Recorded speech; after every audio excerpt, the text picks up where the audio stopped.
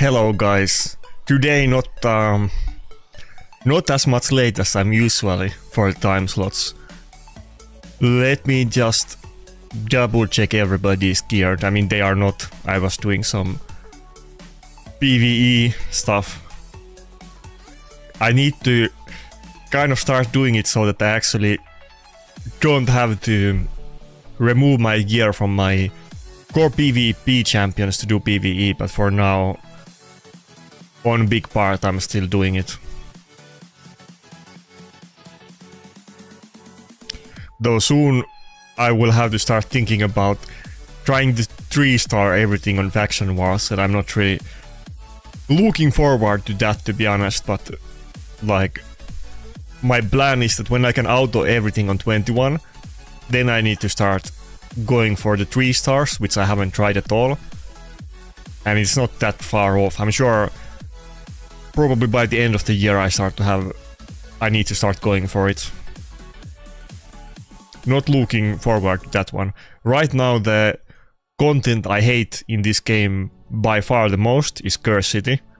I wish that content would just be removed from the game, because I don't want to auto with like a full team of epics against Taras and Maritska teams and lockouts and Tormins and stuff. That's so BS, I hate it so much, but probably going for the 3-star Faction Wars is gonna be as annoying, if not more annoying, but I haven't even started it, so we'll see when I get there. Okay, we're good. What about how many points am I off this time? Not a lot. What do you guys think about this? I'm not really sure. I actually put Ankara in my defense, so I've been running the same defense team, of course, since like when I came back and even before it. Oh, my camera is a little bit off. But it's been with Duchess so far. I feel like, you know, the main reason I was using Duchess even before, outside of not having like better revivers, is that I had a 6-star blessing and polymorph on her. Everybody's running Mercurial anyway, so how often does the polymorph actually come into play in Arena? And I have my Ankara in 9-piece Mercurial. Maybe I should just run Ankara instead of Duchess in defense. I'm not really sure, because I put it in defense maybe like, I don't know, maybe like 5 hours ago, and the defense log doesn't seem really good, to be honest, so it's not really a big sample size, but what do you guys think? Should I just put Duchess in defense? Usually, what do you think? Is it gonna make any difference? Should I slap Duchess or Ankara? Ankara has Wand of Submission and 9-piece Mercurial. Duchess would have Volcardia card and Bolsterer. Now, one thing is, I will say that Volcardia card is kind of good. A lot of the things, like Volcardia card can, for instance, solo turtle teams sometimes, and it can cheese some teams if they do big damage and you have big shield and the nuker just dies with the recoil at the start. I do have it on Donatello, but it's nowhere like the shield would be on Duchess.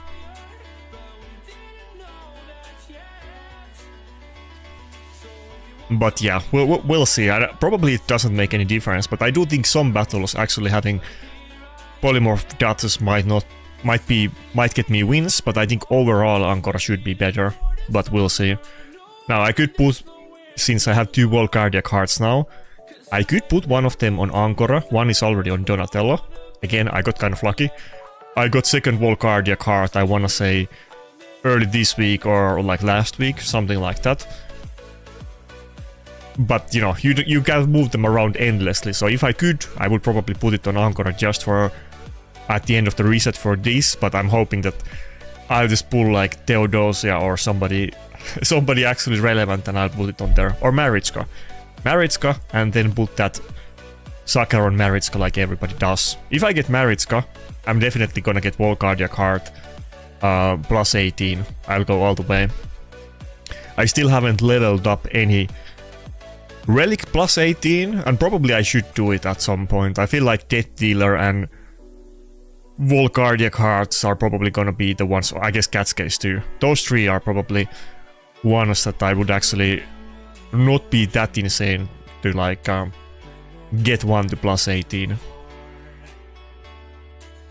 I have also prepared a couple other teams today. I'm still planning to run mostly turtles, but you know, my offense teams, well, both. My offense teams are gonna be scuffed, but I did have like some alternative ways. Like, for instance, I'm expecting that we will see even more Bayek than before. Maybe I can farm some squeezy Bayek teams with Rotos. That's one of my ideas. Maybe I can use some Gallows against some like block damage teams like this. I don't think this is gonna be like easy team, to be honest. I don't think, probably I'm not even gonna beat it, but well, okay, I'm not even gonna try. I don't want to play Rotos against Solanar. I think Rotos with Death Dealer is probably, like always, he's probably kind of like borderline almost usable in offense, but definitely not against Solanar, since he procs his A1 against extra turns, but against the Niamhes and those kind of teams. Okay, let's just do a refresh. I don't like any of those.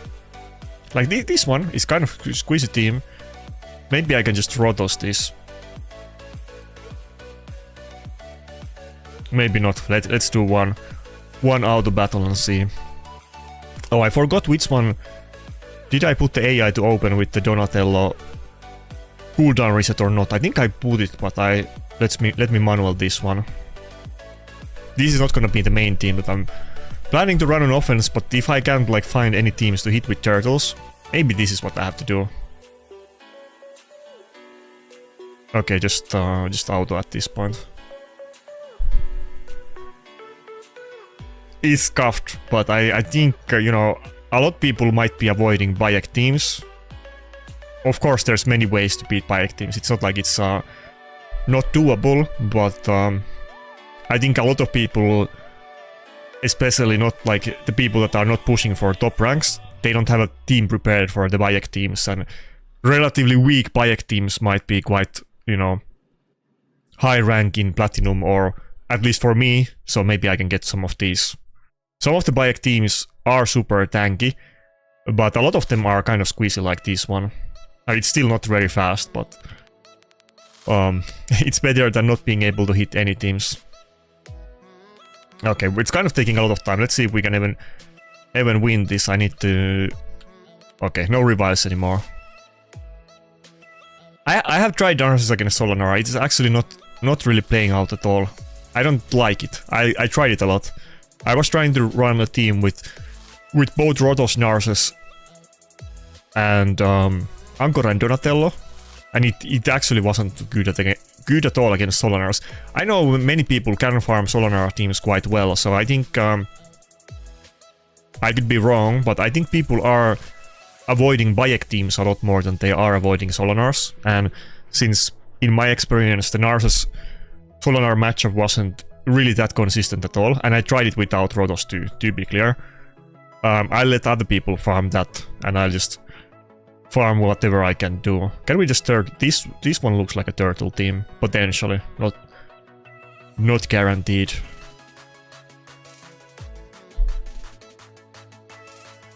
But yeah, what's up everybody in the chat? Do I have Twitch on? Okay, yeah, we're on Twitch too. Great.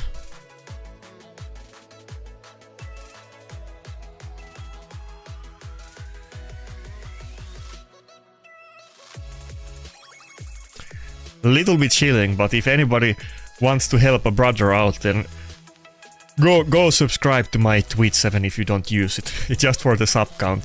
I never, like, again, for now I've been streaming in Twitch for a while, but I didn't used to stream on Twitch, so I need to... I don't really have any presence in Twitch. Usually when I stream, I have like 10 viewers on Twitch or something along the lines. Basically none, so...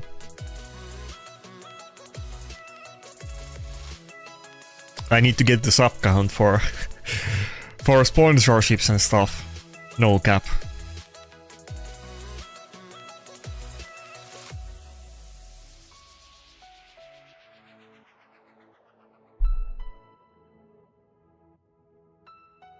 What Narses team are you running against the Solanars? What's your entire team, out of curiosity?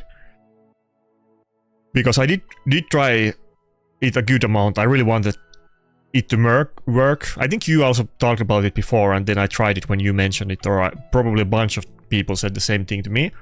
I tried it a lot, but I couldn't really find a good one that worked for me.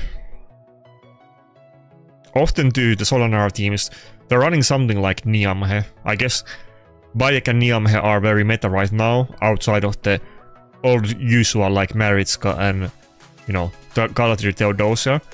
But Solanaar is obviously so squishy that if he doesn't have like Stone Skin, block damage, total guard, unkillable, then he's getting one shot. So I feel like Solanaar teams usually have Niamhe or something along those lines. Oh wait, I'm already in Plat. Did I get the defense win? No? Okay. Anyway, let's get into the live arena battles then. No politics for a week and you'll subscribe. I don't know if we can avoid this. You know, I don't want to make every stream political. Because, you know, people want to just game and it's kind of annoying. But also, I'm not like pushing my politics. But I'm not avoiding politics. I know lots of people avoid politics for a reason, and that's fair enough, but I don't avoid it. I'm down to talking about it, but let's not talk about it all stream. Let's save it at the end or something, but yeah.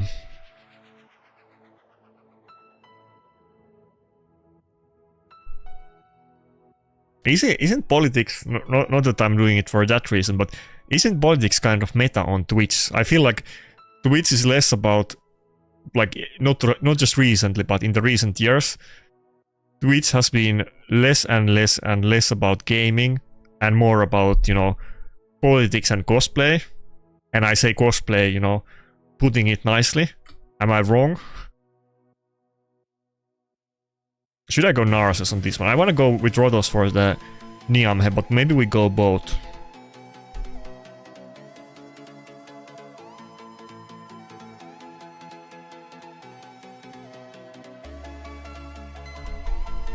But yeah, I feel like if anything, Twitch meta is dress up and politics. YouTube might be a lot more about gaming, though. YouTube has everything. Kick is about gambling and, you know, real life, you know, degeneracy. Or like, you know, real life stuff. And Twitch is about, you know, webcamming and politics, to put it less nicely. And YouTube is also about gaming, actually. Okay, Donatello or Narses.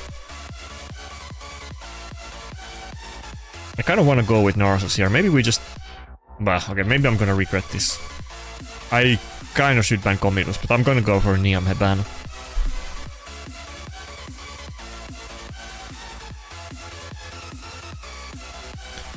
Yeah.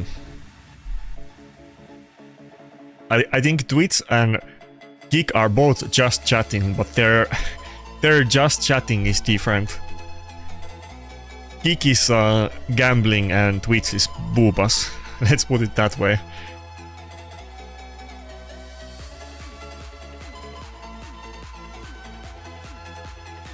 I'll avoid those topics a lot more than I'm avoiding politics. Let's put it like that. To each to its own, but I'd rather talk about politics than those other two.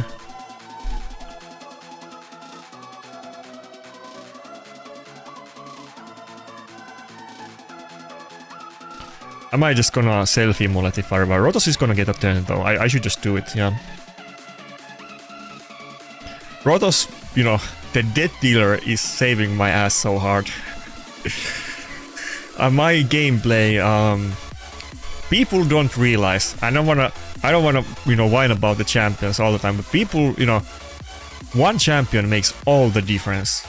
Like, depending, you know, on the level of champion pool you have, but Rotos, having Death Dealer for him is like a huge thing. If I didn't have Death Dealer Rotos, my health count would be like so bad compared to what it is now. That one thing makes huge difference. Having Predator and Death Dealer on Rotos, I would be so screwed. So screwed without them.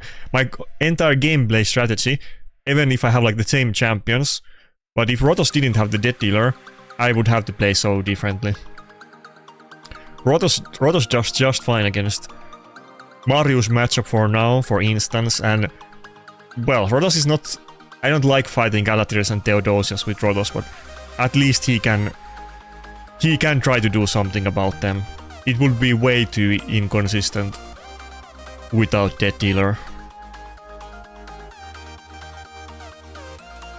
I really hope I get second Death Dealer, but I think people will just burn me at stake if I get lucky enough to get the second Death Dealer.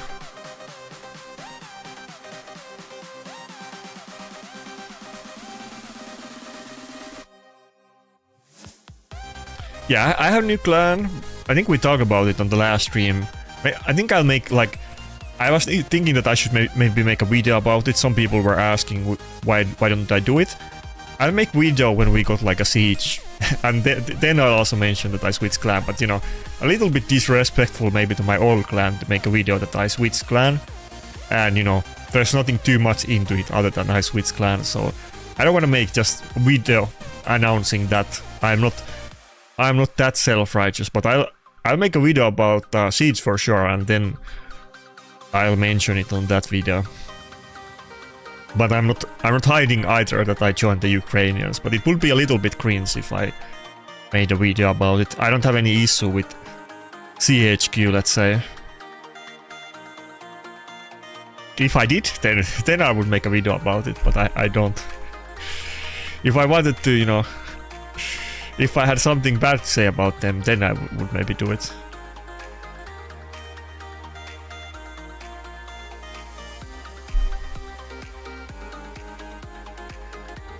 Fuck. I put my tweets on the... I feel like it's the same name, but I'm not even sure. Give me a sec.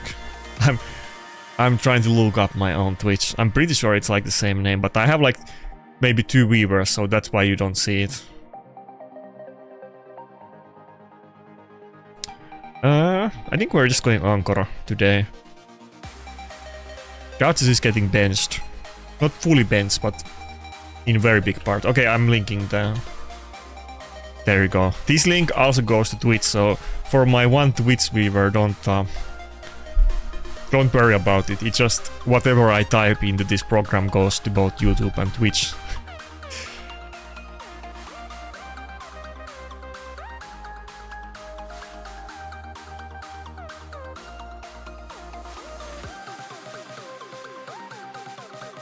Anyway, last week I got the loot. We were like, was it 135 or whatever it was, you know?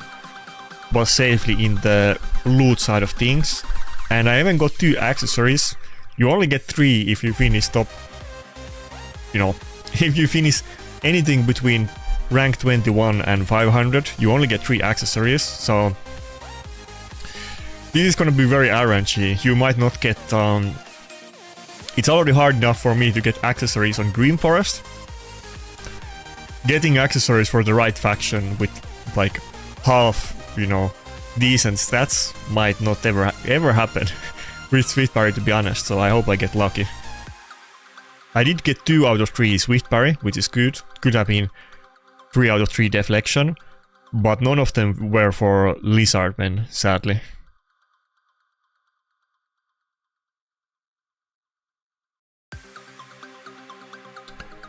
Okay, it's definitely gonna be Rotos, but what do I pick with Rotos? Duchess or Donatello?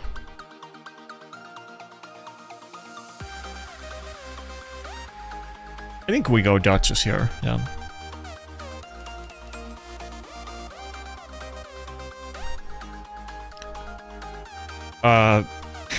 Teako and Shin's mother, you know that it's from the clan that I'm in right now.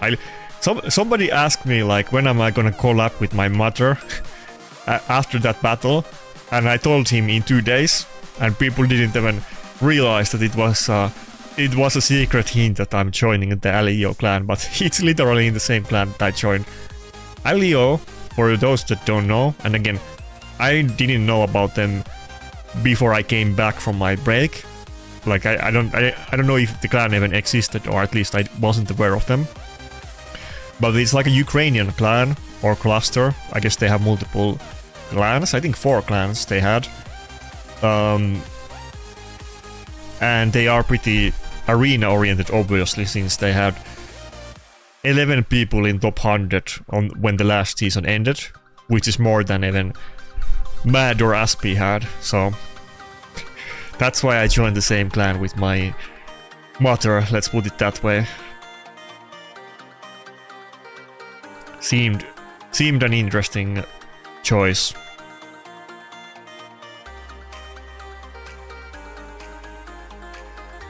I can show it to you. I don't know if he still has it as his name or not, but I'll check it after this battle.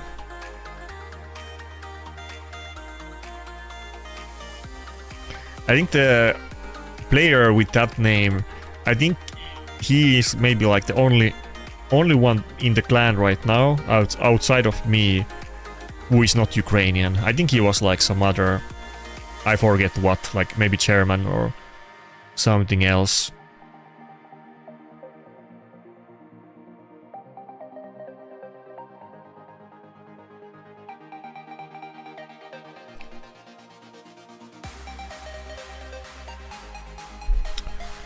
Had to jump on the bandwagon? Well, you know, weren't you on the last stream anyway? I mean, I don't want to recap this story every stream, but we talked about it on the last stream. I was kind of, you know, like not too openly, kind of, you know, little bit hush-hush. I was looking for a new clan since like December, but I didn't want to join a clan and then switch clan in like a couple weeks or months. But, you know, I was looking for like a PvP oriented clan with like, you know, like-minded players that would make the game more interesting for me to talk with other PvP people. So, you know, I couldn't really find any clan. Not that I only messaged literally like one clan, but I couldn't find any clan that would accept my PvE performance. That also I was like, you know, I was very interested to join, so.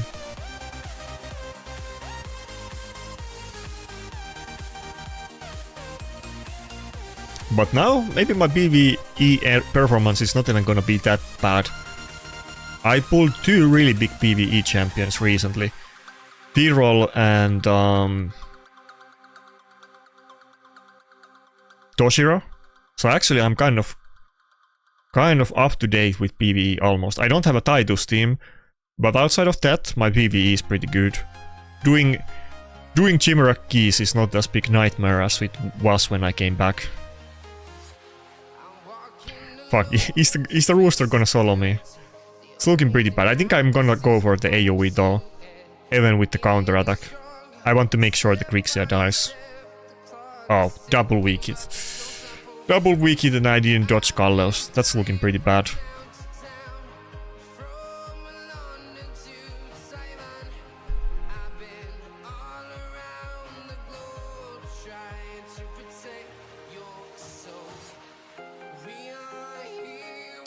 Wait,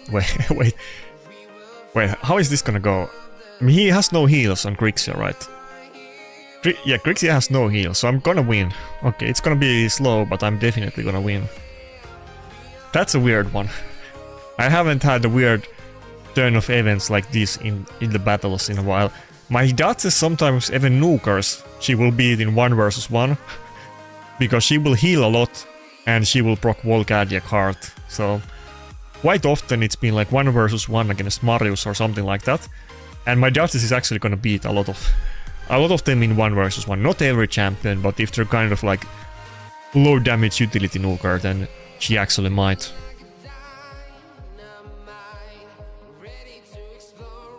Okay, so here's the clan. Can we find it? Did he change the name? Okay, I think he changed the name. He definitely had that name like a couple days ago still. Okay, moving on.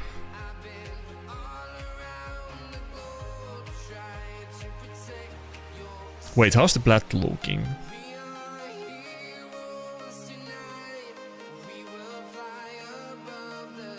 It kind of feels like I'm doing worse with the Angora defense than Dutch's, but it's hard to say. I feel like Angora should definitely now with the build be better on average. Damn, that's a lot of empowerment. I almost feel like I can beat that team though. I wanna try it. Probably not, I'm sure he has really good builds and the Galather might be on Volcardiac Heart. I wanna see if I can beat this one. Probably not. I mean, he has double buff strip and, or I mean triple buff strip and everything. And really good Nice could just be unbeatable. Okay, never mind. Everybody's stunned. It's a Stormcaller Mercurial Marius, so all hope is gone.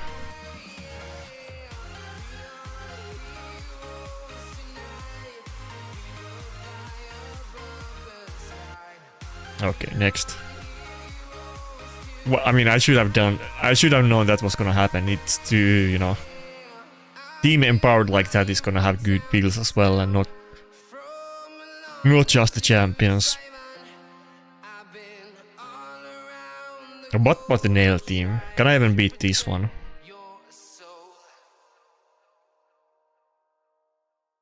I haven't seen a lot of turtles in Mercurial yet. Not that people really run turtles a lot in defense in the first place, but I will be kind of, you know, that's one thing to look out for in the future, is to get like a maybe 9-piece Mercurial set on Leonardo.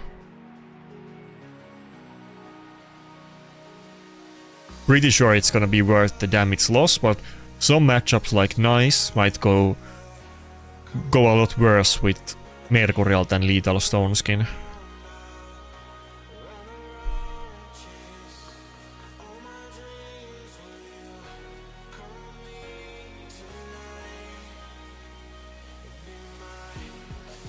Okay, now we're definitely in Plat. Oh, I got them in. Even a defense team there, beat the Bayek team. Kind of a weird offense team to run, to be honest. Like, Joan is the only nuker. Well, I mean, I guess Bayek is a nuker, but it feels like it doesn't have enough damage in this team. It's just gonna be a slow battle even if he wins.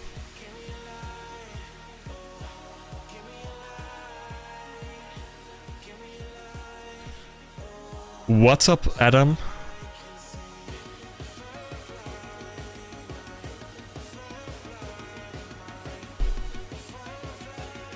Okay. What's up, everybody? Too many hellos in the chat.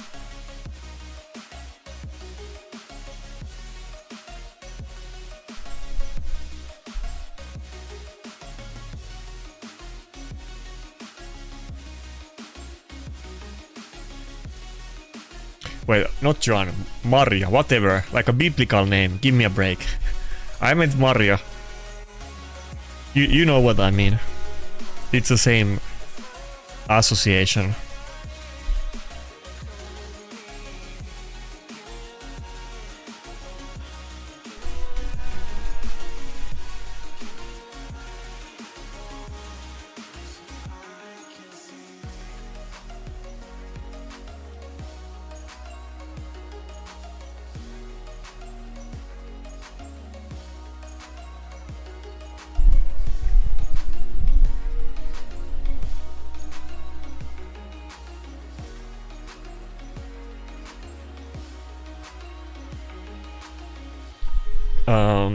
What nuker do I go here?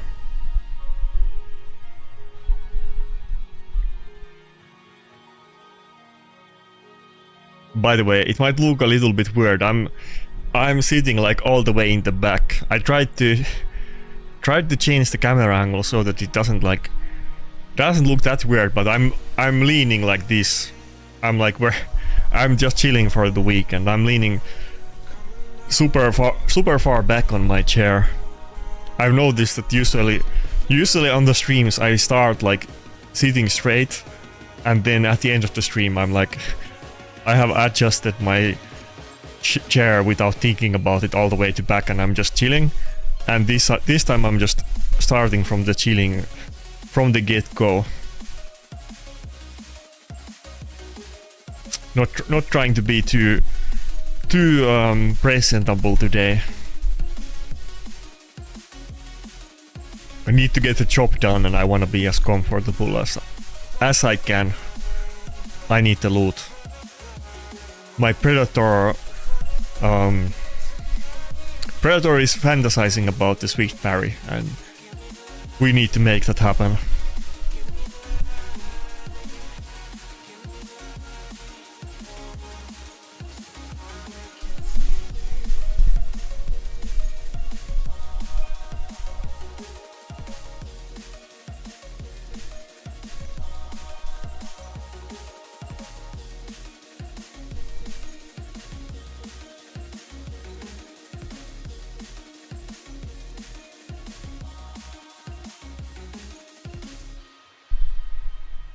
That's kind of slow, both of the nukers. Considering that he's running a team with like, you know, double lockout, double nuker, no reviver. It's not that tanky team. But he's running slow stone skin nukers.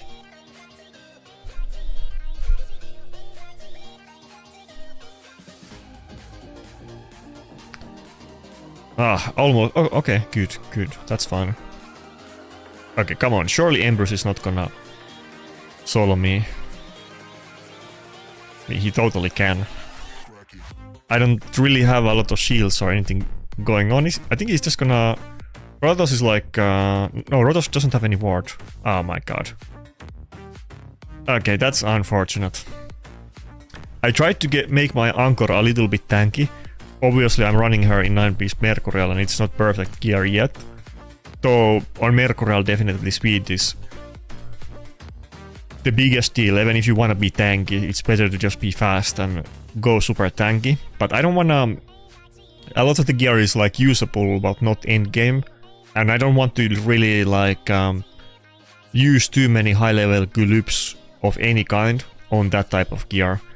Especially speed ones, but not even like health or defense.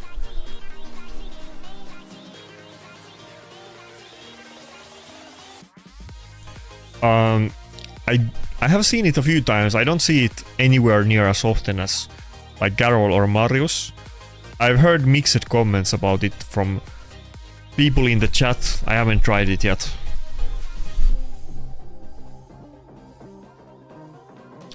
I would say overall, like if you saw my recent video about the meta, where, you know, it was kind of long video, but I talked about this specifically.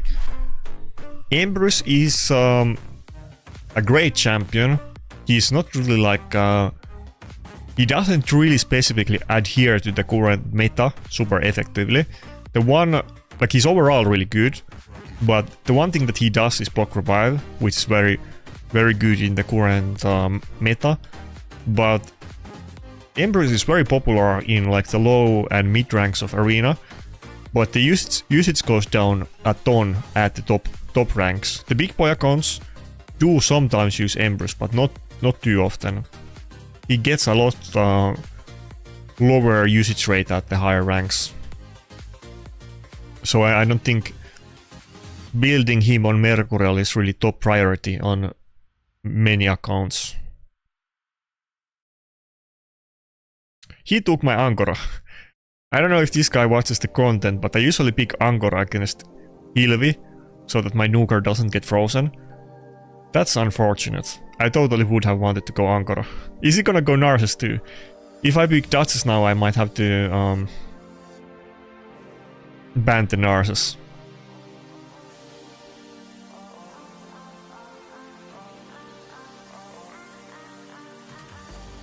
Okay, no Narcissus. Interesting.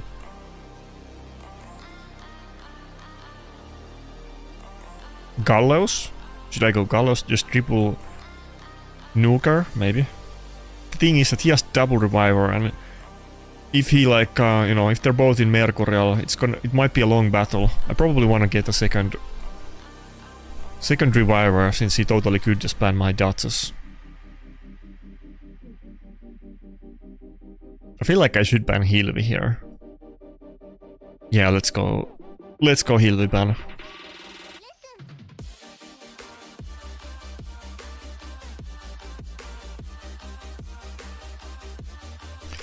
Yeah, like the point of the Narses Solinar matchup is of course that Narses, like how does it work?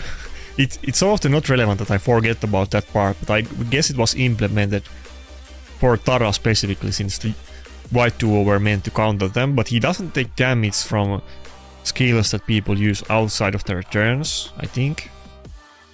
And he's also a little bit tanky. But he also does get extra turns with the A3, which is gonna proc counter attack from Solinar, and he doesn't ignore Stone Skin or Mercurial, so I don't think it's really like a counter against him actually. Okay, we have 2 champions. Oh fuck. 2 champions in 9-piece Mercurial, and we have a 9-piece Mercurial Nuker.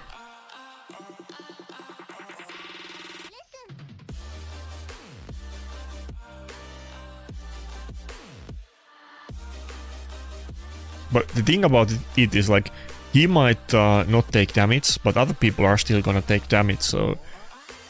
If it was a team-wide passive, then I think then it would definitely be a counter against Solinar. But if it's just himself, then I don't think it's helpful, but it's not like it's not a counter. That's not what countering something means.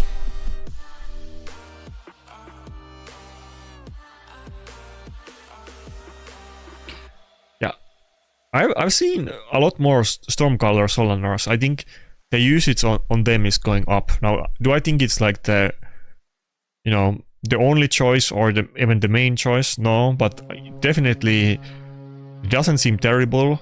Though then you don't have a cascade, so you do lose a lot of damage. But I have seen quite many people running Stormcaller on him, and that says a lot because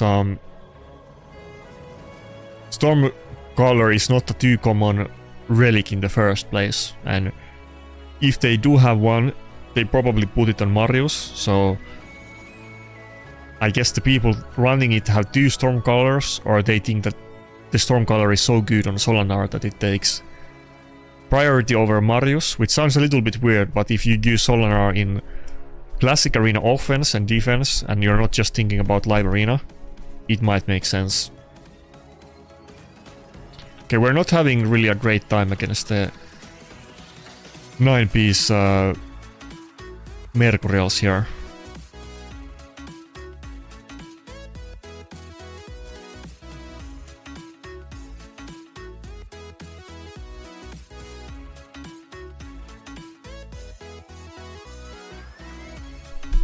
Okay, I need to go a little bit more up. I'm leaning way too much on my chair, even for my normal standards.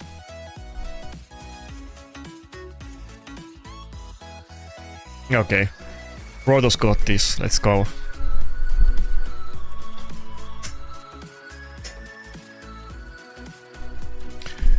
Okay, wait, come on, Predator.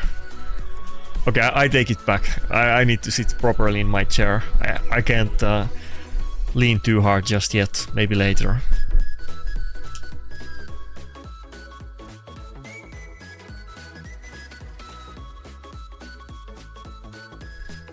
Sleeping time is in couple hours, not yet.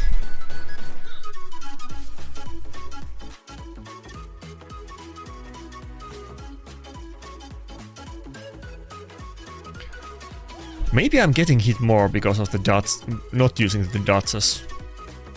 Maybe I should put dots back. I don't know if I'm just being like thinking about it too much, but usually it does better with dots.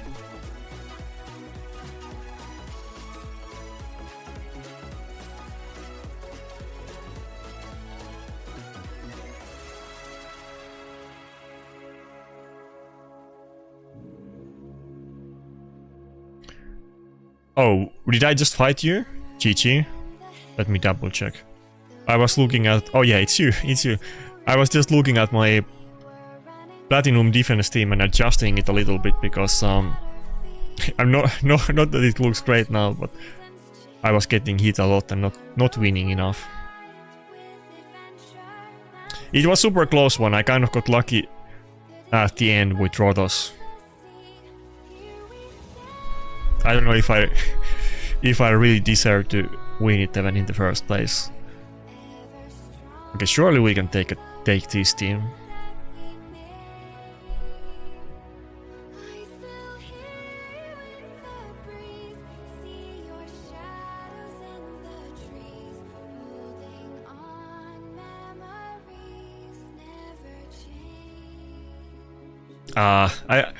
I don't know if I can kill Nice with just 2 turtles. Okay, wait, I need to manual here. I can't waste cooldowns at least.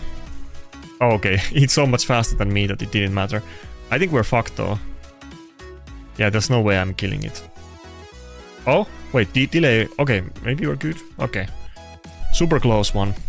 I don't know about that relic on Nice. He probably doesn't have a better one though, if that's what he's using. Surely Wand of Submission would be better, even in the current state of the game with Mercurial, I would think.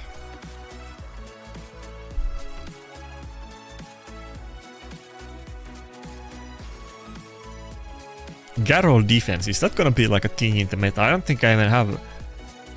Like, of course Rotos can kill him, but... I think I would need like double Nuker to take a team like this properly. I don't think Galleos is gonna be as good. I don't think I can... This looks like a team that you could totally hit, but I don't really have anything good for the Garrel.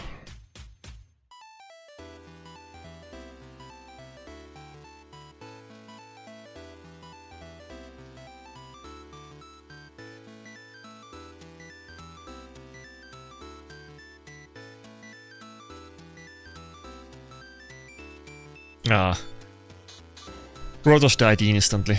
Okay, terrible.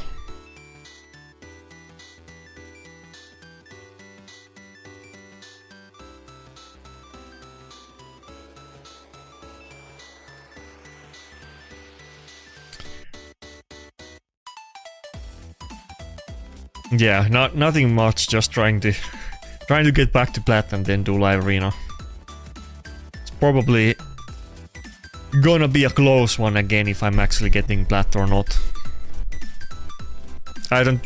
For now, on the horizon, maybe it could change, but for now, I think every Plat push is gonna be suspense. It's not even remotely guaranteed that I'm even gonna get top 500.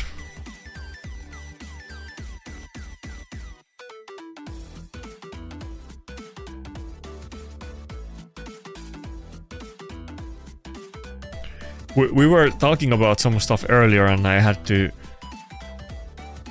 look up an old video for something, and I was watching like, damn, back in the day I was doing 40-minute Plat pushes because my defense actually was better in comparison than back then, but I was literally doing like 40-minute Plat pushes.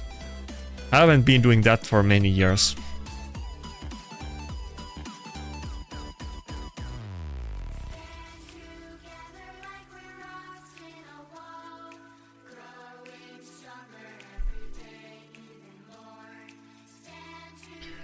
Why is Plat push so hard? Well, you know, just... We got mythics and everything, and even though I was always complaining about my champions, even back in the day, but, you know, obviously I have much worse, like, it sounds kind of crazy to say, but I have much worse champion pool compared to other people than back in the day, so... Not that I ever had meta teams for anything, but it's even harder now.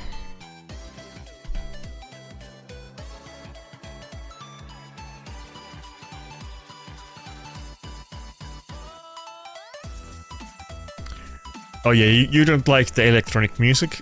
I'll get the other music next time. This is still gonna be on some streams though. I think I should just alternate that every other stream I run the electronics things and every other I run the medieval fantasy music, but I forgot to do it today. I need to set it up. It's not one click.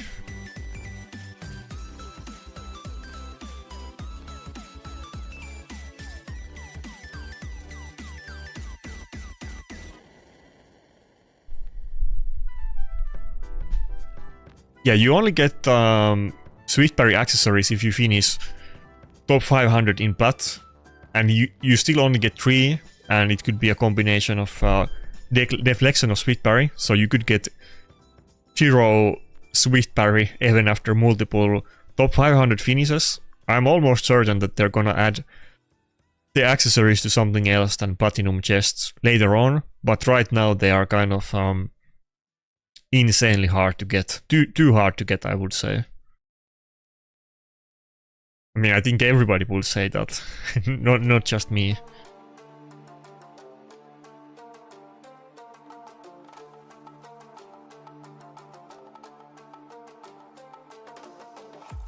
Yeah, I remember that too, J-Hubs. I remember it really well. It was this. I remember. Maybe somebody can actually find it if you look it up. But I remember also when Swift Parry was released, and Stu Gaming made a video how Arena sucks now and Swift Parry ruined the game and it's all RNG. The same exact thing that people are complaining about right now. People were complaining about it back then, and Steve was just saying that like Classic Arena sucks now and there's no point to do it, and all of the people doing it are like degenerates, something like that.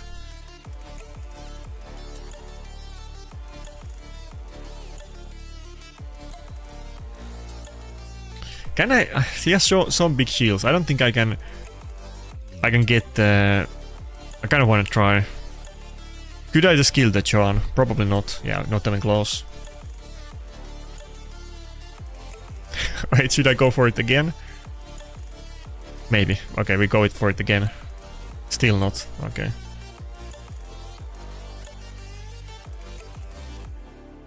Would have been better if I was able to kill her.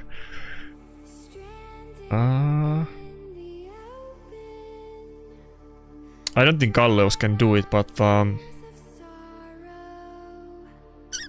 if I nuke with Galleos, she's gonna counter attack anyway, so I have to go for the A3. Okay, we did it. Okay, good. Never mind.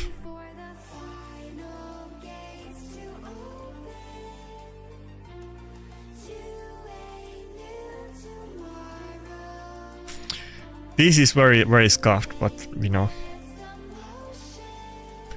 Even his defense team, I don't think this is like a top tier defense team in the current meta actually, so it wasn't like that crazy good even. I don't know which I'm gonna run, Justice or Ankara. I think I'm still gonna put Ankara back. I'm kind of second guessing it too much. Surely it has to be better since it's in Mercurial. People are definitely using more champions with debuffs that don't have Mercurial in offense, so the polymorph on Justice is definitely gonna be sometimes useful. And she doesn't have it, of course, with the 4-star blessing. Okay, 1 hour left.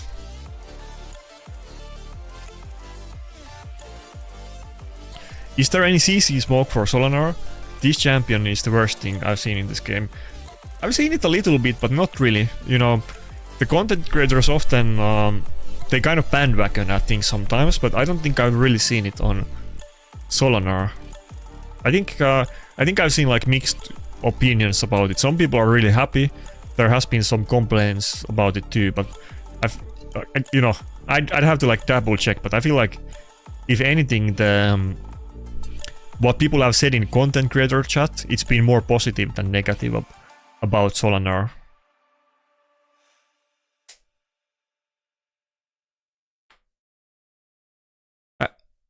I feel like Solanar is is very good. Don't get me wrong, it's very good, but Solanar is definitely counterable. If you don't counter Solanar, he kind of face stomps teams by default generally, but he is counterable, so he's not like something that is impossible to deal with. Now, if you don't have the champions that can do it, then it's a different thing, but he's not like completely like invincible.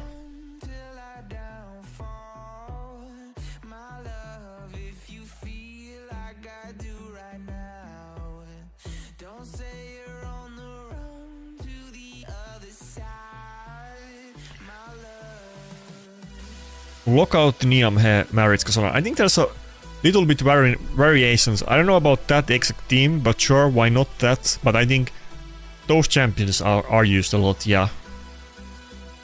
Like, some combination of those champions, definitely. I feel like for a good defense team, you have to generally have either Niamhe or Maritska. Usually at least one of them. You don't have to have Lockout, but, you know, Lockout is good. On the upper end accounts is definitely Grixia and not Fabian. But both of them get used a lot. And then maybe like either Theodosia or Galatir. And, you know, stuff like Nice is good as well, of course.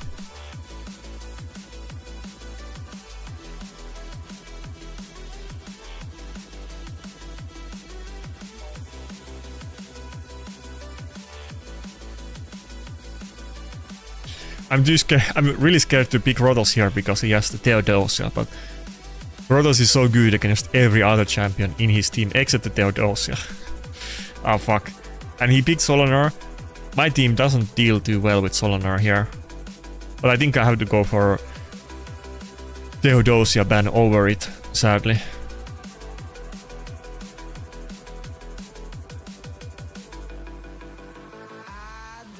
Yeah, I mean, I don't think the non-stop platinum, like non-stop refreshes, everybody really does it. Unless you have a crazy account. Well, even crazy accounts do it, you know.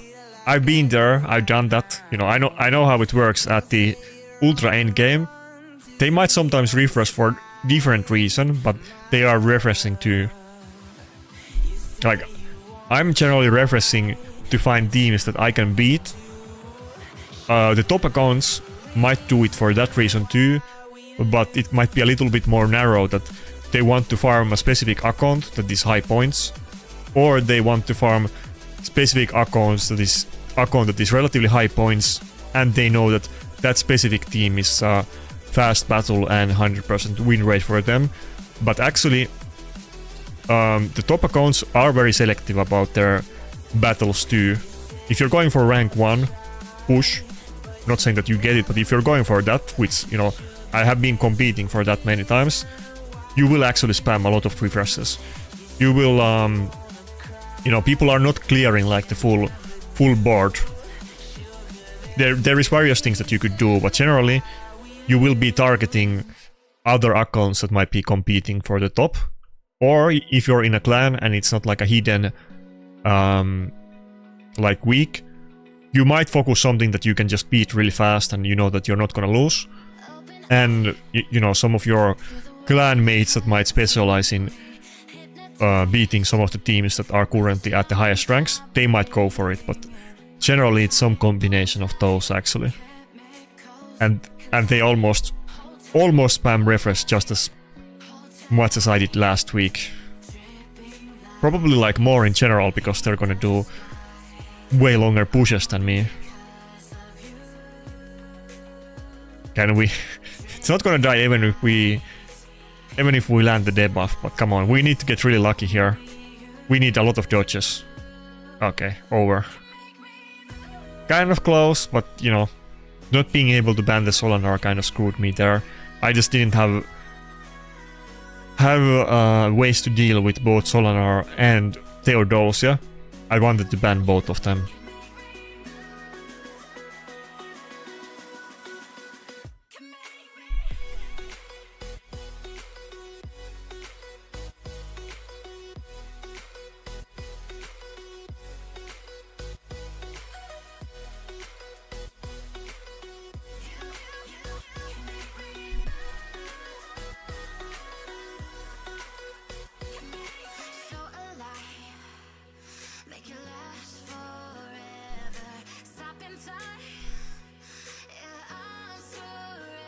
Wait, is the chat bugged? Why don't I see the chat updating? Okay, I can see like the chat on the actual YouTube browser, but the program is bugging out for me. That's why I'm a little bit behind. It's not updating the messages.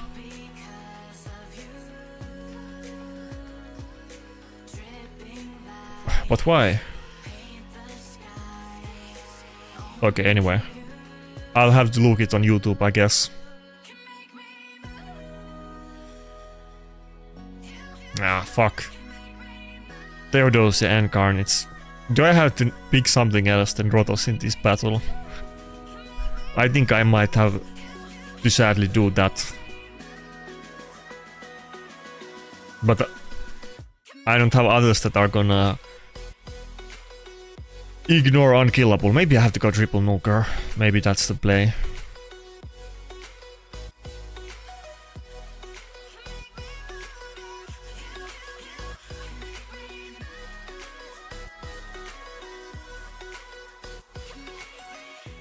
Oh, there's so much comments. I don't know why the program is not updating it.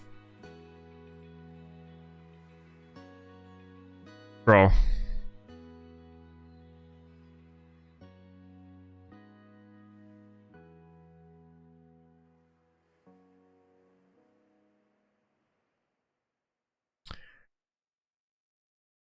Necret moved up in use. Can you elaborate on that? Spoilers.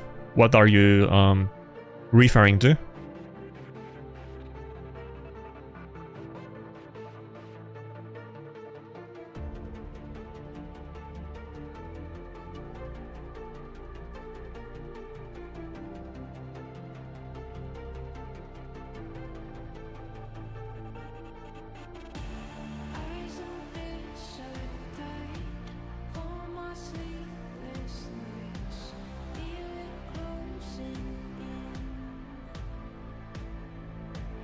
Yeah, I know there is a chat. The chat was bugging out a little bit.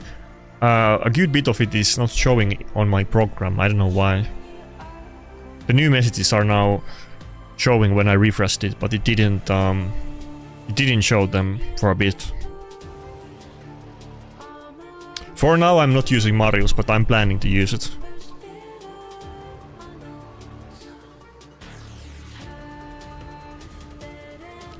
People often ask me about it, and I always say the same thing, that, you know, I go second, I usually fight multiple lockouts in the enemy team. It's once in a new moon where I could use Marius. There is definite battles where I could use it, but I haven't been using it. I just put my best stuff on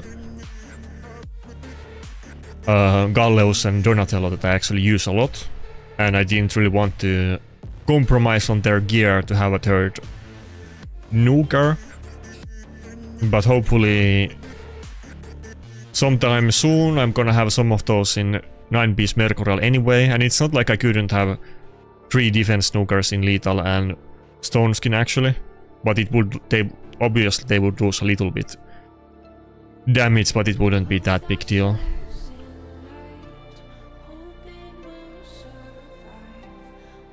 I had to do the A3 even though he had the passive, because if I did A2 it wouldn't have procced the passive.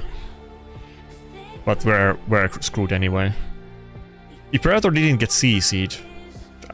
yeah, if the Predator just didn't get CC'd we would be fine here, but he got petrified.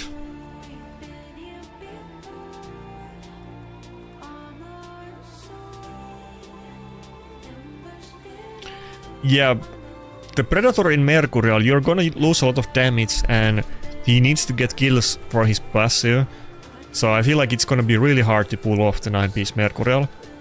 But maybe with really good gear and empowerment and everything else, maybe it's not completely impossible. Damn, we were getting so many dodges when we had the petrification, but of course we didn't dodge it, and right after the petrification ends we didn't dodge. We had like super weird RNG on Predator.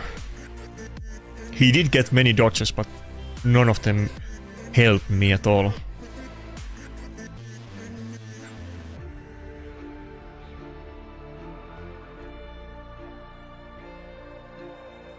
Well, I agree that it's the draft choice that failed, but it's not about there was no choice. That's the problem. The issue was Solanar and Theodosia. I couldn't deal with either one of those, and I don't have champions to deal with those really. So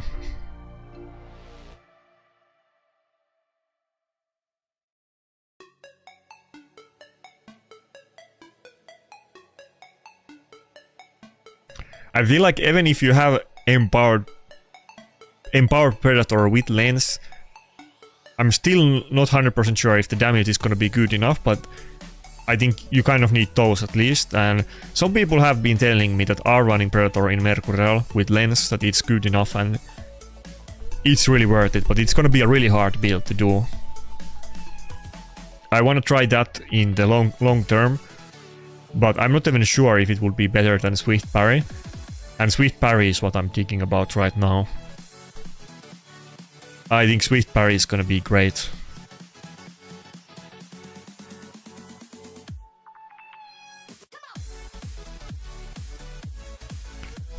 Do I provide account takeovers? I kind of was, you know, I was declining everybody that was asking it from me when I came back, but now I've been, you know, back in the game in a while and I'm a lot more comfortable with the state of the game, so maybe I will start doing them again.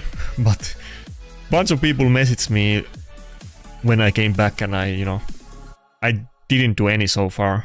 I turned everybody down. I think we go with Rotos and Leonardo. I don't want to pick Galleos against the Marius here, and I'm not sure if I can ban it.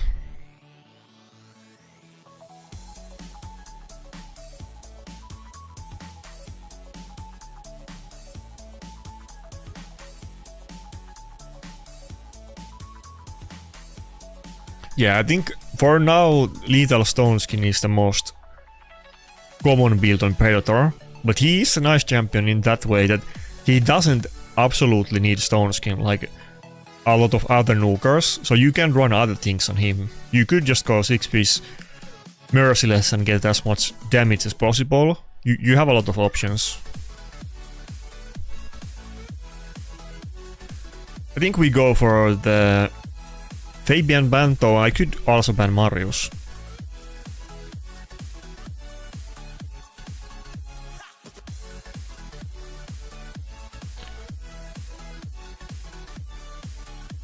Oh, you have 9-piece Merciless, that's cool. I feel like 9-piece is not like absolute must, but like why not? You could just run a 6-piece with accessories that give, well, you could run reaction or just ones that give you like health set piece bonuses, but yeah, why not 9-piece?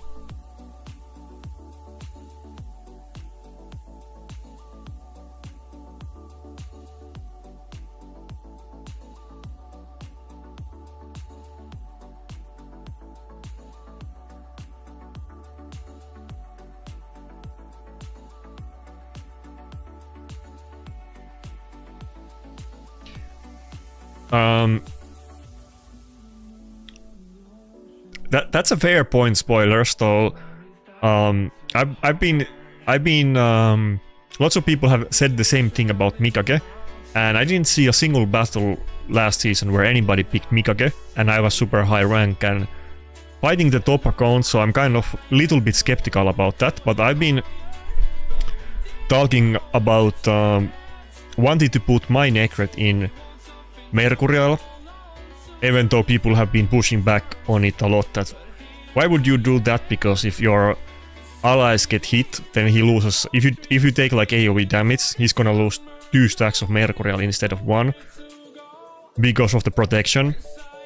But with Mercurial, you could also, he wouldn't get CC'd and you could build him really fast, and he wouldn't get like, he would be tanky and you could build him in a really fast build.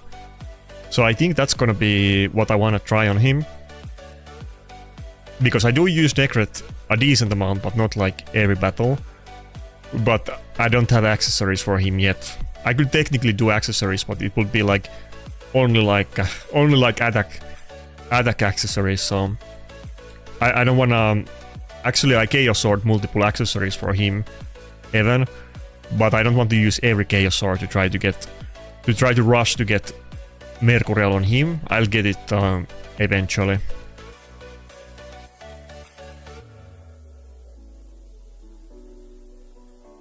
But I don't want to lose, like, you know, 30,000 health. And level up a bunch of crappy accessories and glue them that I'm not gonna use in couple weeks.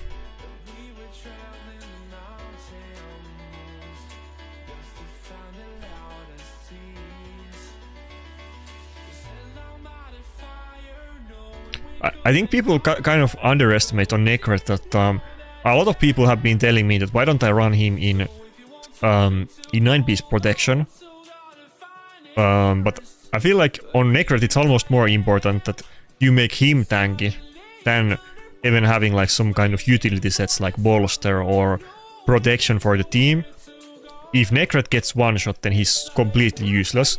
He needs to be quite tanky and take many hits, and for that reason I think Mercurial is gonna be more interesting.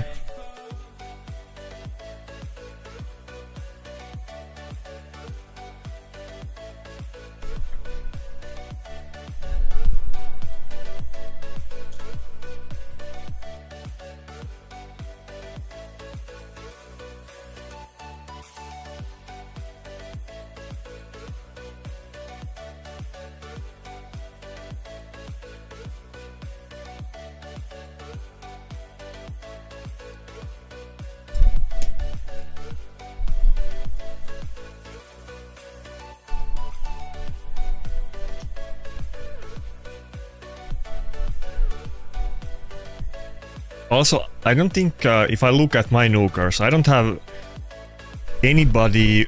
Well, maybe Galleus is the one with the most synergy with Nakarada, but I'm not, for now at least, running somebody like, I don't know, Marius or Garol that would have really good synergy with the ally attacks. But, I mean, I guess Galleus can do AoE A1 conditionally, but I don't think it's that big deal in practice though. But just getting rid of the Mercurial stacks like you said, I think that could be actually kind of useful. I often struggle with those, especially when they're on fast revivers and I'm using Rotos as a nuker. It often is big issue.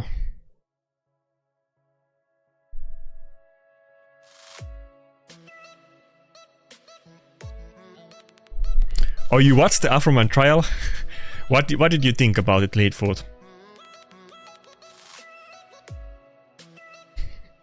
Like I said, I was watching earlier this week when they had the trials. I was watching them live. I was so invested. I remember 3 years ago when this entire thing started, I was invested on it already back then, and then I kind of forgot about it for 3 years until the trial finally started. It took, like, they literally sued him 3 years ago.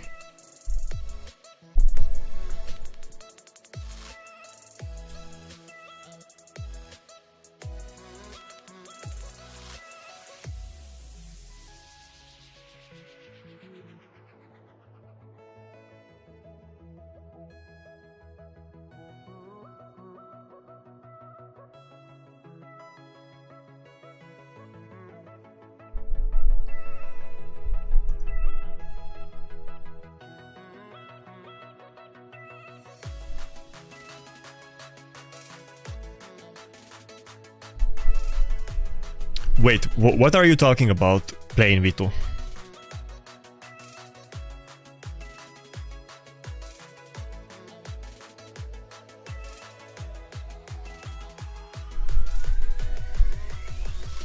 The trial is super interesting. I'm not gonna lie, I kind of thought he was gonna get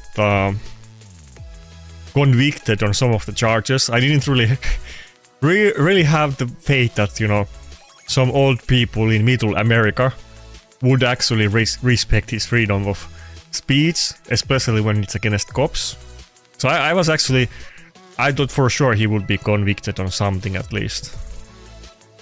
Like, I thought for sure against the woman he would be convicted, but no.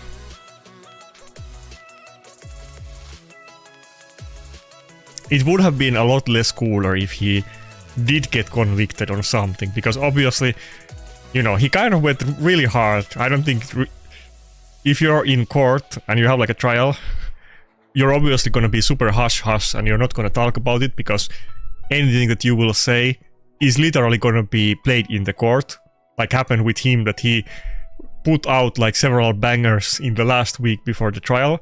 Like literally in like the last 7 days he put like, was it like 5 songs before the trial? And they were much meaner than his original 2 songs. The original 2 were not mean at all, but now he was super mean. And you know, that's definitely, I would have thought would have hurt him in the trial, but apparently didn't. And it was super good for content because we got you know, we got like classics that are gonna be in the memes in like decades in the future. Like when in that one song, what's the name of it? It's something like Randy Walters is a son of a bitch. That's literally the name of a song, and Randy Walters is one of the people that sued him. In that video, he said that Randy Walters is a son of a bitch, and that's why I fucked his wife and got filthy rich. You know, I'm not gonna try to sing it here, but that's what he said. And then literally in the court, and this is on video, they're asking Randy Walters, "Are you a son of a bitch? Can that be proven? My mother is not alive. We can't ask her if she was a hooker or not." Like they're literally asking all of this in the court. And did whatever is his name, did Afroman have sex with your wife? I don't know, ask Afroman. That's literally what he said in the court. Not like word for word, but like that's what he said. That's what he said in the court. It was so hilarious. People are gonna use those clips in like YouTube memes for decades to come. I need to get some clips of that trial and put it on my videos as memes or something.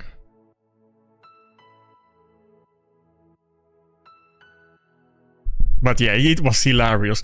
Plus the guy is like, you know, dressing up the court like he's some kind of, you know, in-game character. he's playing like, I don't know, Rap Simulator or whatever he's playing. He's playing like a zombie game, and he chose the American flag DLC costume with afro. You don't see that kind of looks in real life ever. It's literally like a game character. It's like a character from GTA or something like that.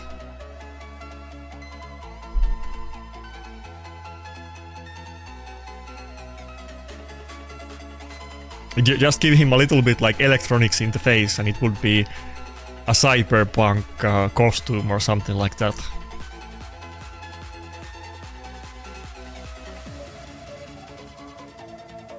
My defense is in gold. Not surprised, you know, it's not that good. I guess I need to do a couple more battles.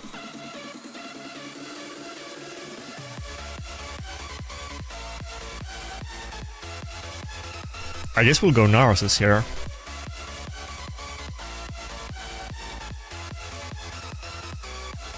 On which champ would I use Infernal Polytype? I think people were talking about putting him on Wukong, that it will proc even if he dies, but I don't have Infernal Polytype. I haven't really thought about it. Like, I was saying that I was looking for like an active PvP clan. Back in the day, you know, my clan used to be super active and talking about PvP like non-stop all the time. A lot of the things, like if I don't have a champion or if I don't have that relic, I haven't really thought about it too much, and you know, it's good to have like a community where people are talking about everything, so I haven't really... I think we go still Donatello. I haven't really too much thought about the polytype, but I do think that it's generally considered one of the weaker mythic relics and people get sad about it. I don't think it's really meta on any champion, but I do see it pop up every now and then. I mean, I guess you could technically put like any reviver or even any champion in it, but I don't think people consider it meta with any specific champion. Chat can help me out if you guys have other opinions about that topic. Oh, the guy who asked it, by the way, typed it in Twitch, so if you wanna be helpful, go say your comment on Twitch instead of YouTube.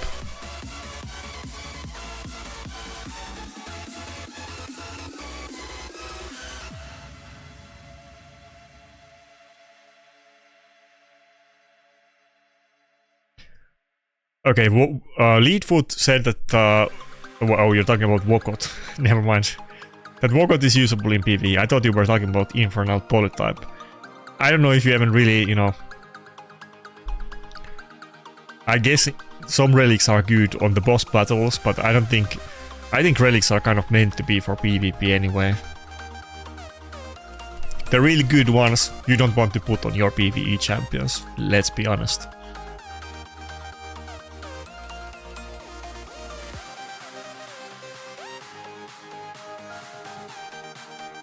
Oh, Genpachi is using Polytype on Empress.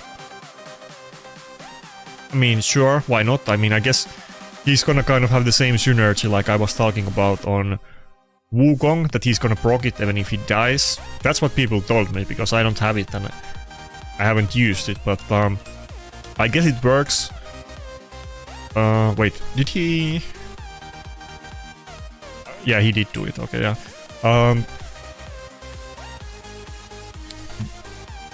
You definitely can run it, and sometimes it's good to like not run exactly the conventional builds. Like they might expect you to have Nuker in Stone Skin and then you have it in Mercurial or something else like that. Sometimes it can be really good. Generally people run Empress in Wand of Submission because it's just very consistently good relic, but it's not like you have to run it on that. And at the top end, Empress is also not like... it's kind of top tier, but it's on the bottom end of top tier, let's say.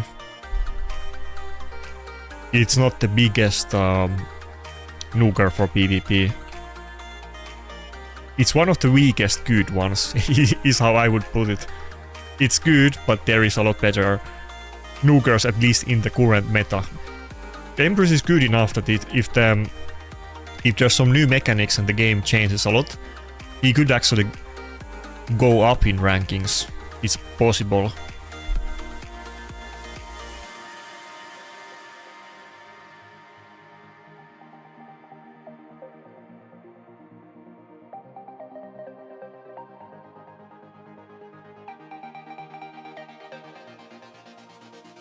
Okay, Tiro said in YouTube comments about Polytype that I rather don't die or don't get CC'd on CC'd and then reset my skills when I'm dead. So like referring to the fact that Wand of Submission, for instance, could, you know, save you from getting stunned or something like that, and it would be more what's the word in English? It would be like more active way to win than passive way to win. A good example is that, you know, I use Donatello to deal with lockout teams, and it's like, you know, it kind of does the job sometimes for me, but it's much better to be on the offensive side than defensive side. Like, if you're using lockout against the enemy, and then they have somebody like Donatello or even Grixia to reset their cooldowns, you're still going first and then resetting their team. And then if nothing goes wrong, you know, maybe the Grixia goes before their nukers and unlocks them out, but it's much more, you know, inconsistent, and, you know, many things could go wrong. It's much better to be on the lockout side than the unlockout side. Okay, so I'm getting hit a lot. I don't know if it's like I'm getting hit more because of the Ankora than dodges. There is some wins. I guess the platinum is just active. I feel like Reprad. Fuck her. Well, I guess it's blind reset anyway, but it's probably not gonna be too hard to guess my team, especially when we did a friendly battle and he ran the turtles. He definitely knew it was me.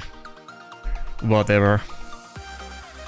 I mean, I'm still getting some wins. I just need to push. It's pretty competitive. People want the loot.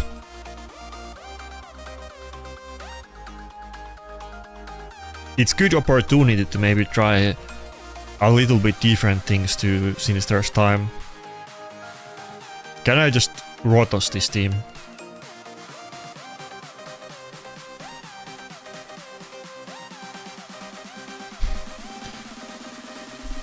Maybe not, but let's see. By the way, Riprad, somebody was asking if you're looking for a clan. I don't know if you have like any interest, but So somebody, like when I joined the Alio guys, they were asking like, you know, do you know any people? But look, we need one more person in the clan, and they were asking about you specifically, like, do I know you? And I said that that you're like a casual chatter. I don't really know you, but if you're looking for a clan, then ask the Alio guys.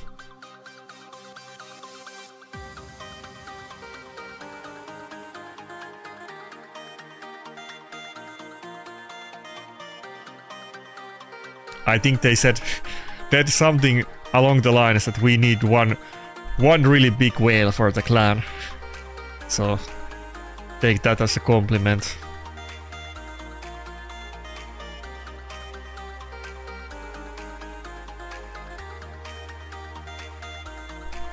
Yeah, like I joined them just, you know, a couple days ago.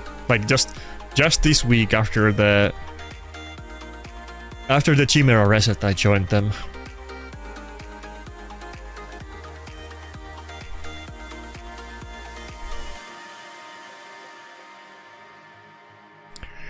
Maybe we will take over Alio, we will see. There was a little bit talk when I came back that, you know, when I made my own clan, we were really strong for a while, and obviously it kind of died a little bit because I quit. A lot of those people have quit the game already, but there is some people that were talking about why we don't make our own clan again. But I feel like it would be really hard, and I really don't want to lead a clan, but maybe I need to take over an existing one. Probably not, but you know. I think we can Rotos this one too. There is definitely certain type of advantage making content creator clans, you know.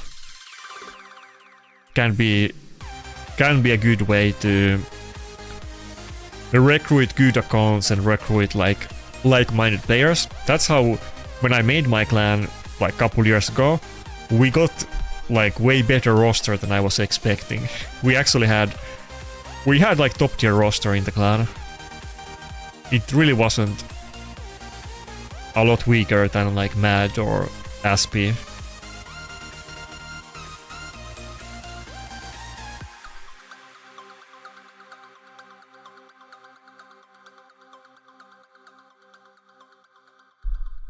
Oh, come on. Fuck, I can't do another hit on the marriage cut. Wait, is Donatello passive gonna save me or not? Can I do one more? Oh yeah, actually I can. I can just get infinite extra turn. That's infinite extra turn glitch with Taras and Maritzko. Featuring Donatello passive. I used to abuse that a lot back in the day when, you know, Taras and Maritzko were meta and I was always running Rotos offense, but a little bit less now. Taras, you see it still a bit in defense. Like by bit I mean like a decent amount, but it's not like the best or the only thing that is ran in defense. And some of the Taras teams are still too hard for me to actually beat.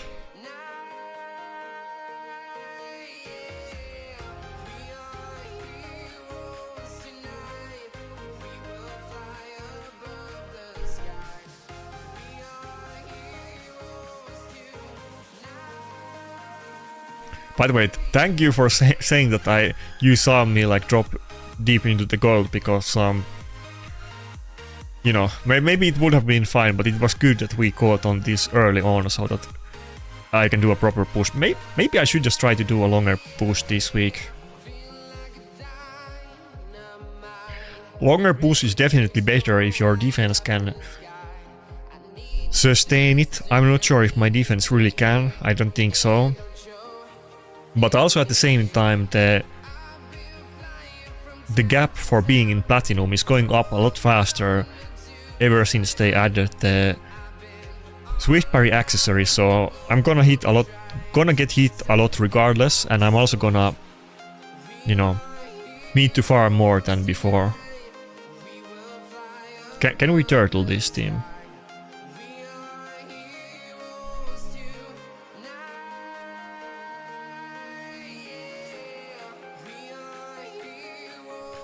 Well, if you want an invite, again, you know, I don't have any part on the Alio leadership. You know, you can message me or them about it. I'm not really trying to actually do like a clan takeover right now, but you know, I mean, they have a lot of, they had the most people in top 100 platinum, which is kind of respectable, so probably wouldn't even be like a bad option for many people.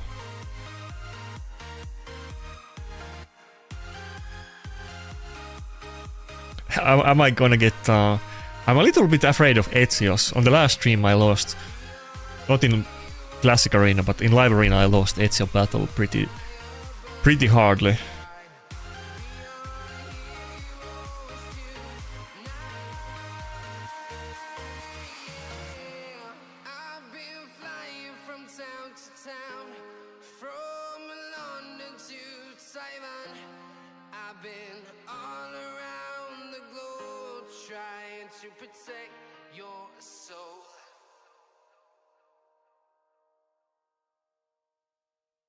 I'm thinking too much, I should just auto. It doesn't matter what I do, just auto.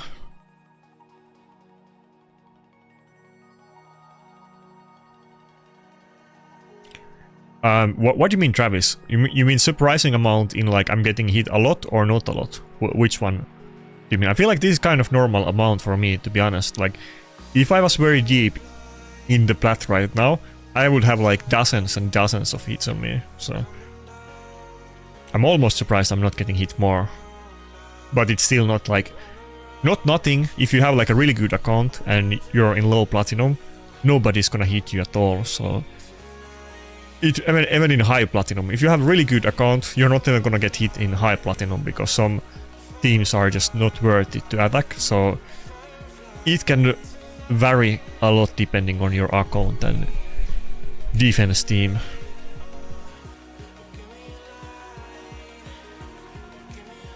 I don't know if I want to hit the Maritska team. I can't do that with turtles, I would have to use Rotos. Rotos would be my only way of dealing with that team. This one might be faster, but maybe we can do this with the... Well, probably not, but let's try. Predator might just one-tap me here, or not one-tap. You might double-tap strike me in this battle. That's what he does.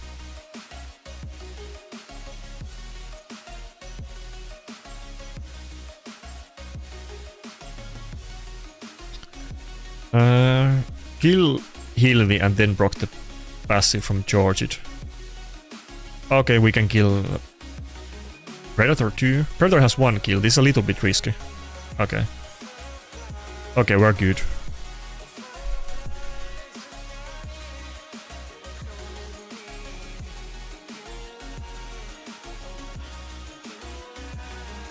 Right? Well, fuck. Rotos is not full health. Maybe I'm not good. As long as he doesn't die now. Fuck. Wait, okay, we're... No, 1 turn. Oh, fuck. It's not over.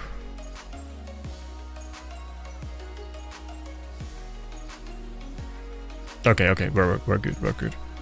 I might have died if he did A1, but obviously... Auto wouldn't... Wait, does it have the passive back already? I think it might already have the passive. Yeah, he took so many turns there.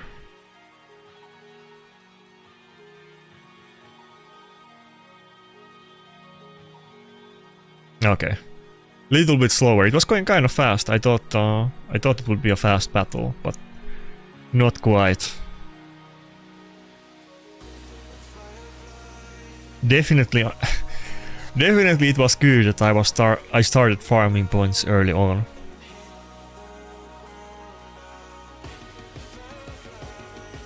My defense just looks weak. It is what it is. Can I hit the Odin with Rotos? I think I do this just with Rotos and not even... Wait, I could do it with... Yeah, Nakarada is not gonna help. Just do this one with... I need to do like a new preset for this actually. Might as well. I don't know how much I would use this, but... basically same thing with one nuker and Armans instead of Nakarada or double nuker. These are some really scuffed presets, but I think it's gonna work against these hopefully.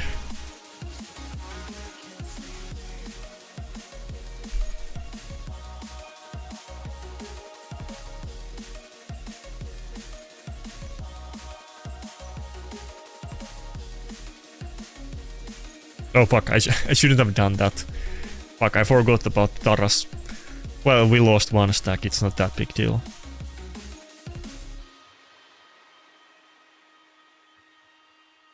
This is especially good combo now with Angora, because like before, Tarases don't want to build a lot of accuracy, so you can kind of count on that they're not gonna stun you. But now we have Angora anyway, so I can't even be stunned. And we have Ward, so we can really take a lot of hits.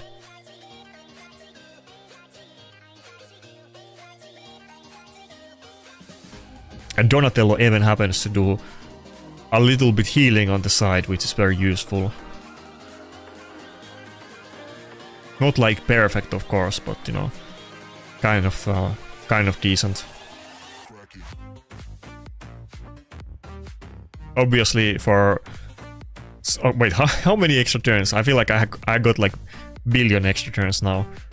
For some people, this might still, of course, be like way too slow battle, but it's kind of good for me.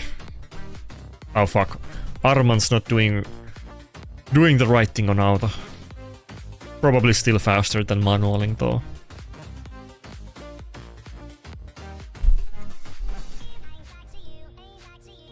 Yeah, the defenses can definitely be built in many ways, and like I said before, that's often something you might even like want to do a little bit on purpose, because if they're expecting your champions to be in one thing and they're not in that, they might literally lose battles. Because of like picking wrong type of team against you. Oh, this is a 9-piece Mercurial. Nice. Interesting. Okay, not the best start, but at least Donatello didn't get locked out.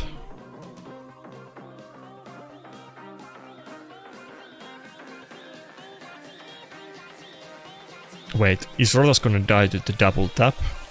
Oh, okay, good. Ah, fuck, he still got Arman skill. I was kind of hoping nobody would die. Not because of, like, you know, for the passive, it doesn't really matter that Arman's died. More about him getting a kill. Okay, now he's definitely... Now he's definitely dead.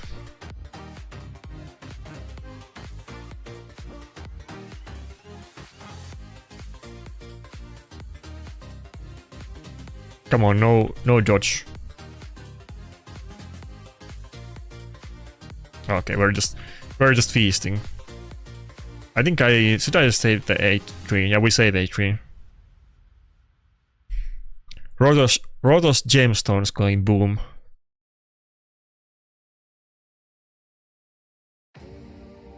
I was talking about this just earlier today in the chat, and you know, so somebody was comment. I forgot what they exactly said, but they're like, oh god, even in 2026 you're still spamming Rotos offense, but it is what it is. Rotos is the one way to deal with everything. Anybody? Fuck, the Mercurial is doing a number on me. Okay, finally we can kill it. Anybody remembers when this wasn't even like a small amount of time, for a good while, one of the best offense, I feel like this was probably like multiple years, one of the best offense teams was to run Kaimar, Sifi and 2 Rotos. You would just auto any type of defense teams in like 10 to 30 seconds, and that was during the meta when often defense teams didn't even run a nuker. It was just full, you know, aid stalling. It's like double reviver with like Ursuka and Warlord or something stupid like that. People were running those kind of defenses, and they were often like, you know, you might be in like infinite loop, or they might even kill you eventually. Eventually, if your offense team was squishy enough. But you could just rotos everything. People would just go double rotos, and it was like actual meta team. It was better with Sifi because those teams still had a lot of CC, but even without Sifi, even without double rotos, just one rotos and no Sifi, and it was still good. Can I hit the Ashenar team? I don't know about this one. I mean, I feel like Ashenar shouldn't be that good, but it does do multi-hits. And it's still a mythic and it's empowered, so how weak could it be? Oh, I'm in gold again. Fuck. I'm trying to keep up, but it's not too easy. And it's a 6-piece stone skin resistance. Marichka, which to be fair is like literally the standard meta build, but it's still not great. Should I just do A2 already? I do just A2 to get the A2 cooldown back. I didn't even use the A3.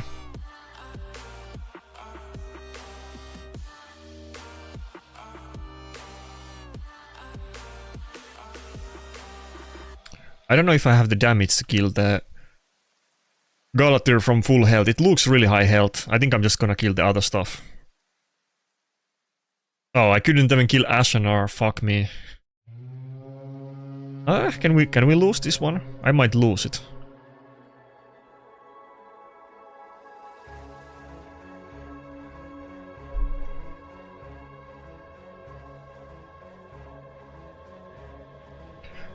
There's still 12 minutes, but considering that I'm gold right now and I might be like way below Plat level, losing this might not be good. This guy just has really tanky builds and like kind of annoying slow Marichka. Can I even break the shield? Okay, I did.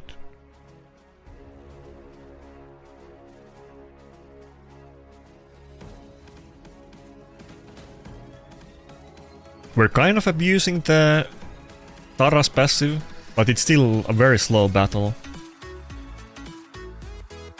And I might lose.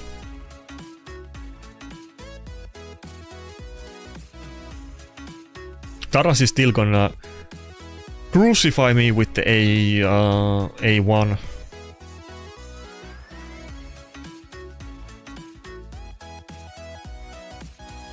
Okay, we survived it and didn't get extra turn. That's like... that's not great. I think we got this, but it was a really long battle. I don't think my Rotos damage is that low, but obviously Taras takes half damage, so...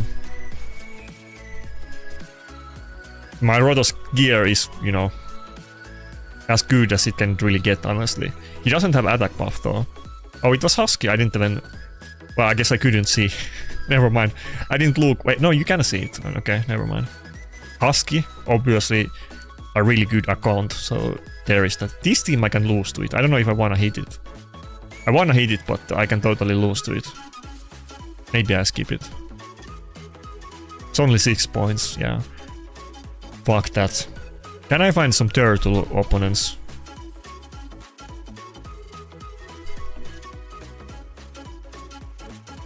Didn't spam a lot refresh yet, but I think it's about time. Oh, 9-piece Mercurial on... fuck. I'm gonna get fucked by the... R-base stupid petrification. Okay, okay, good enough. That could have gone really bad for me. So it's a 9-piece Mercurial Predator.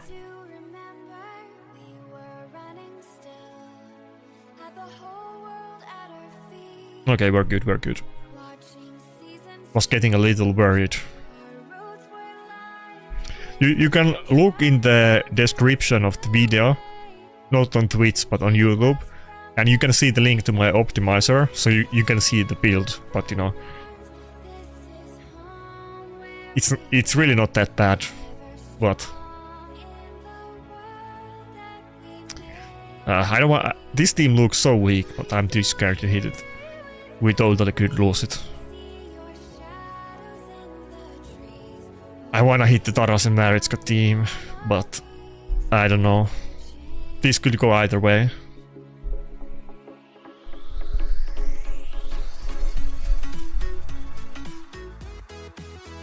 Okay, it's... What set is that Maritska in? Neither Mercurial nor Stoneskin. It's a bolster? I guess it's a bolster, Maritska. Fair enough, not really meta. Usually Maritskas are generally in All Cardiac Heart Relic and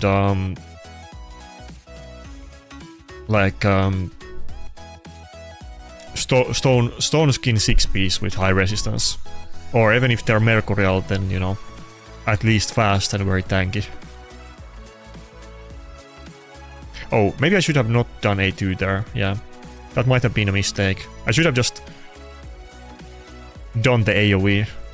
Okay, we still got the Nice before it takes a turn, okay, fine. The Nice could have soloed me, actually.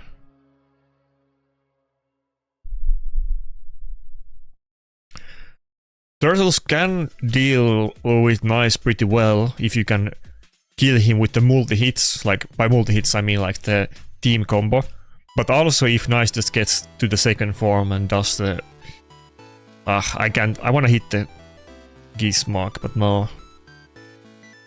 So risky, but I wanna do it. Nah, fuck that. Yeah, if they get to the second form and they get block damage, then they can pretty much, you know... Generally they're gonna 1 versus 4 a turtle team.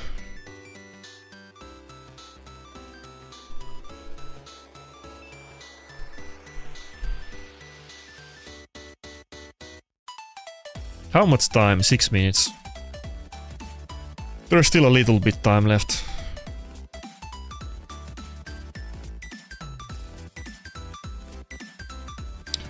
Someone on Mad Top 10 has my name. I think they already had it earlier today. I'm not sure if it's like UC or someone that I know or someone that I don't know. People do it quite often, and then people message me what's going on. It's kind of a weird thing. I think it started back in the day, like when I got like first time I got top 3. I think the next reset after that, like a lot of my old clan mates, which like almost none of them play the game anymore, but everybody in Mad went with Mad Genie on the next reset as like a compliment to me. But after that they have done it bunch of times. Some people do it to diss me, some people do it for the opposite reasons. I don't really know of each individual time, but just seeing one person with my name is quite normal. Sometimes you see like 10 plus accounts in that. People have been doing it as a meme for years at this point. It happens pretty often. I mean, I have done the same thing myself. I used to go as some variation of Hell Hades all the time back in the day. For both reasons too. Sometimes it was to disrespect him, sometimes it was to disrespect other people. Like the time when my name was Hell Hades is better than Panda. One of the more memorable Plat pushes for me.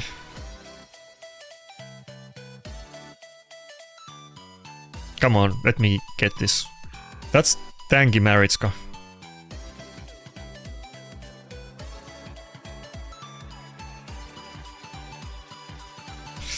Oh, okay, are we good?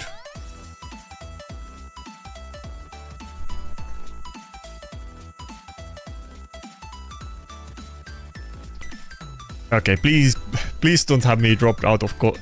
Not out of gold. Please don't have me dropped out of Plat after this battle. We have like 4 minutes left, so I can maybe do like 2 battles. Okay. It is what it is. Gold, my old friend. Fuck. And there's not... Okay, I'm just gonna spam refresh now. Can I get the one-man team? I don't want to take any chances here. I don't want to hit a team that I could lose against or have a long battle. Like offense-wise, we did fine. I think my defense is bleeding really hard, it seems, which is to be expected. Sometimes it does better than other times. I have to hit this one. Rotos can be a risk, but should be... If we win it, it's gonna be a really fast battle, I hope.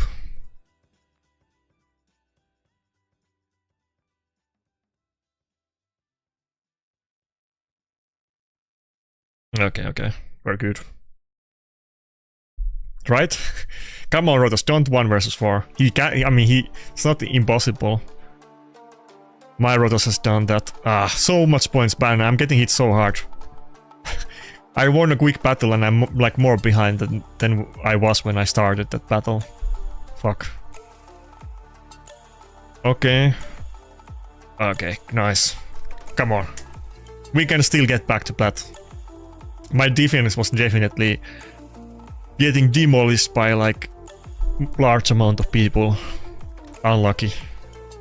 I probably was maybe like too high ranked there because I kind of won a lot of battles in a row and some of them quite fast too, so that's probably part of the reason why I got hit so much. Of course the main part is still that my team looks super weak.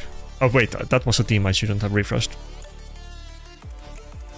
Come on, come on. Wait, Ezio could beat me, right? I could lose to Ezio. Okay. Man, I'm still getting hit. How is that possible? I haven't been in Platinum for a good couple minutes and I keep getting hit after every battle. I've had multiple hits on me.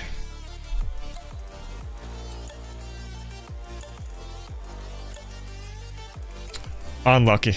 There's no way I can make it, right? I can't even like, because I'm targeting the low point people, of course, because I can find one-man teams, but I'm still not, I'm not gaining points fast enough.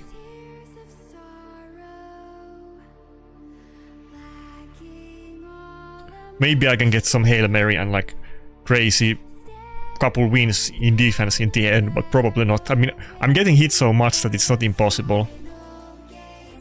Maybe if I just get couple wins, it will work. 26 seconds. I don't think I can get 2 battles in. This is probably gonna be the last one that counts. Oh, I can't beat that. Come on, where is one-man team? 8 seconds. Oh, it's too late. It's too slow. I'm gonna miss it by like 2 seconds or something. Come on, animations. Be faster. I don't think we got Plat. I got Plat just by this last battle, but I think we're like 1 second late or something. It's not 100% sure, but yeah, okay, bro. I'm getting hit a lot. I guess it's gonna be Darts' defense next week. I feel like Angora should be better than Darts', but I think maybe my Darts looks more intimidating, so I'm just gonna put it back. But okay, let's see this defense look. This is kind of BS. How many hit is that?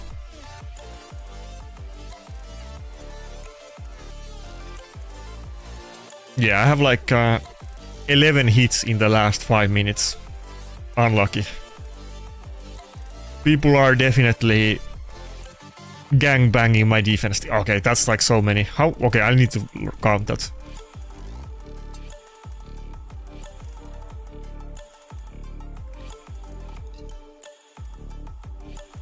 Okay, if I didn't miss the count, it was like 19 attacks on my defense in the last 7 minutes, so... Obviously, this is what happens if you don't have a crazy defense. The thing is that before we dropped out of Plat at the end, I think I was doing like too good in offense, honestly. I was getting some... We didn't have like any losses in offense at all. We were doing it pretty cleanly, and I think I got a little bit too high for my own good there. It is what it is. Okay, what does chat think about this? Unlucky.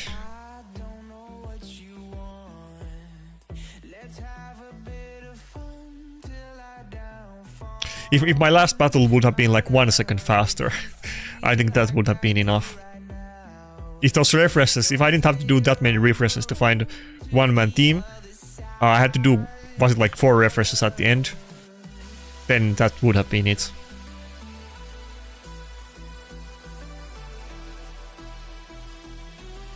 Yeah, I was getting hit a lot. Be right back.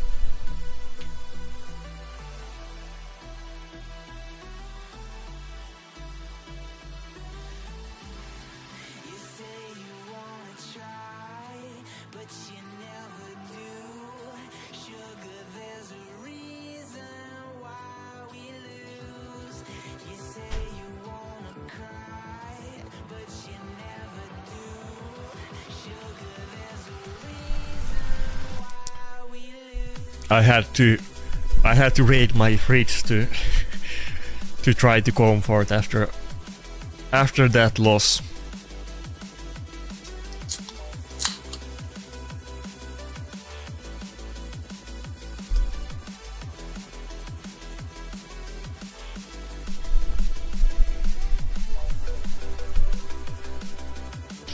There's still a chance because the leaderboards are so dodgy. Maybe somehow I actually got it, we'll find out in 12 hours, but looks like I didn't get it. But it wouldn't be the first time where it looked like I wasn't gonna get it and I actually got it.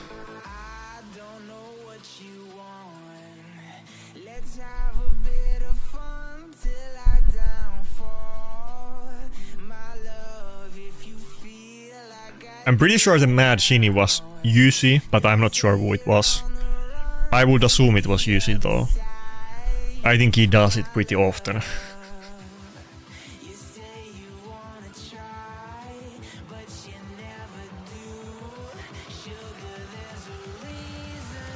Or it could have been maybe Vanya was doing it, I don't know.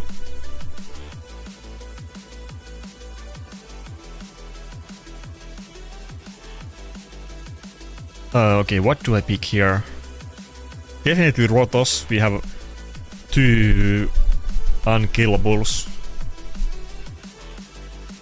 I think I go double Reviver against this. No Donatello. Okay, Tiro, who was it then? I don't know, who is Yuzi even driving for? Yuzi is driving for like multiple different clans, because he's like a rogue. I guess he doesn't like Mad anymore. He's driving for MBF and who else? I can't really tell, because you drivers are, you know, your mercenaries playing for every single clan in the game. There is no honor among thieves, you're just, you know, helping out the rival gangs. What's up with that?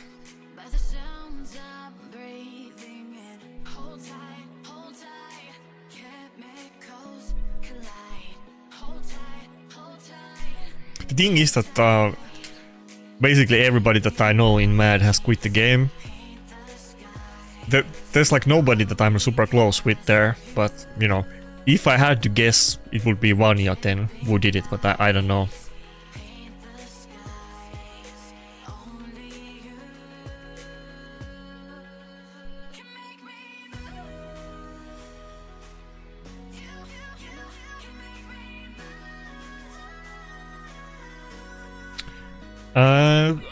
He has the passive, so I can't even go for A3, or I mean I can do it, but it's gonna be a waste.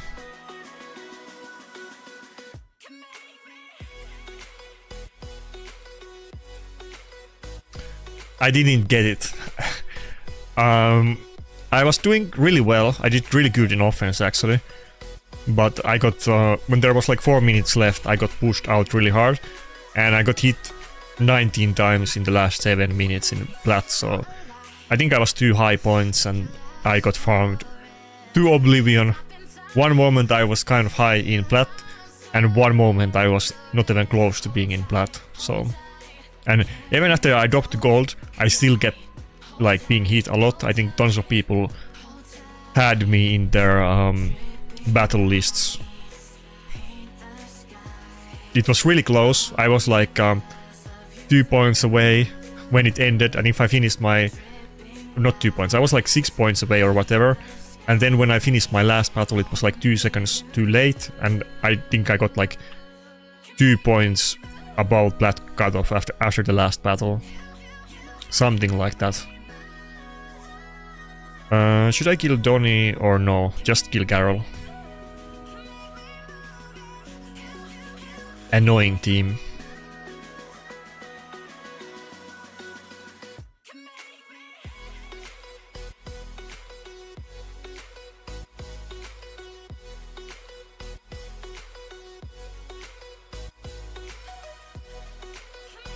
Okay, but it's not about what account it is, but it's about who is driving for it, you know, because usually not a single, you know, this is not new thing. This is kind of like it was before, but it's maybe even more so today. But chances are that not a single player in MAD, the account owner, played their account on Plat reset. So pretty sure like every single account is being played by a driver. So I don't know who drives that specific account. I'm sure many people in the chat might know, but it's not super relevant information to me, so I'm not really keeping up with who drives what accounts, even though people talk about it a lot in the chat, but I don't know who drives that account. I feel like somebody specifically said who is the driver for that account though.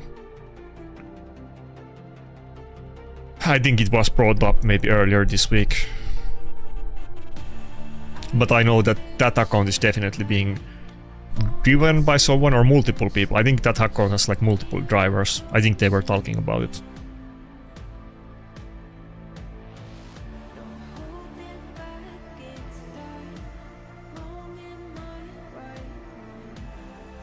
Little bit sad because I really want to get SP. Like I said, a lot of people are not super hype about Swift Parry.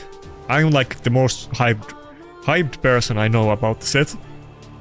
So I really want to get it, but it is what it is. I've not seen anybody be more interested about getting Swift Parry than me so far. A lot of people are kind of like, it's okay, I don't really need it.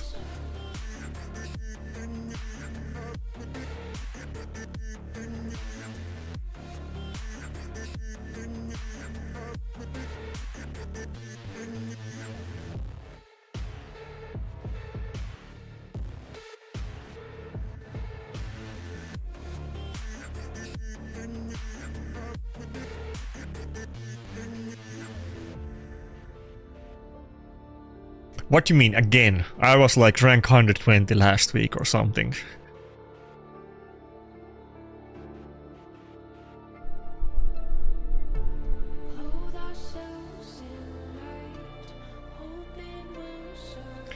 I know you can check it Bull Rush, but the leaderboards are not, they change even after the reset. I've had platinum resets where I'm not on the leaderboards. In the clan I'm in gold and I still got the platinum loot, and I've had the opposite, so the leaderboards suck. Let me put it that way.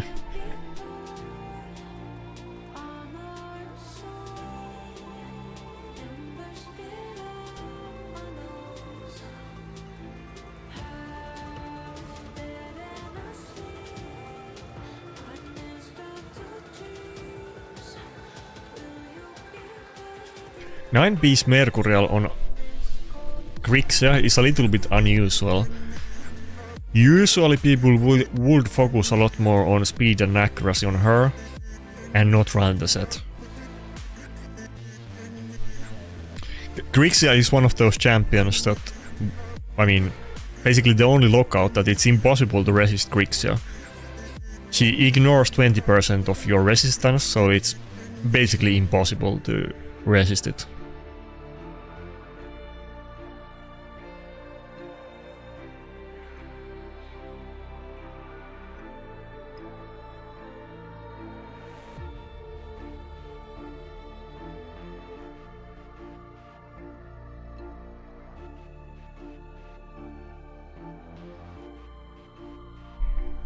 Okay, come on, Nell. Don't do anything anything too bad. Yeah. Oh wait, okay, we're not fucked. We're still in it.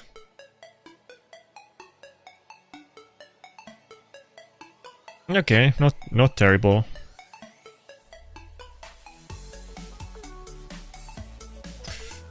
Well, I can't really use Leonardo's skills too well though.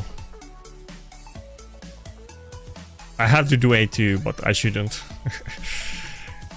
I should have done A1.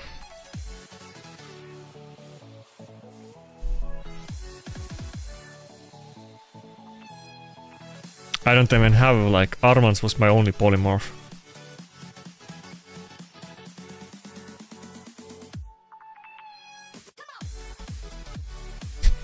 Fuck. Rotos would have gotten the nice there, but he was poisoned. Not looking great. And now when I revive it, Nice is gonna cut in. Ah, it's fucked. What can I do? I still have to revive Rotos, but Donatello passive is out, so I think we lost this battle. I don't think there's comeback. Yeah, he's just gonna revive his entire team. Okay, give up.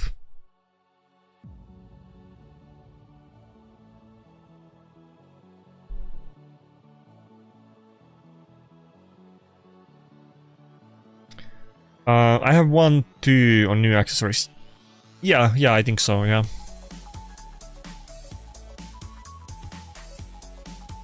I mean, I don't know, you know. Is that so unexpected?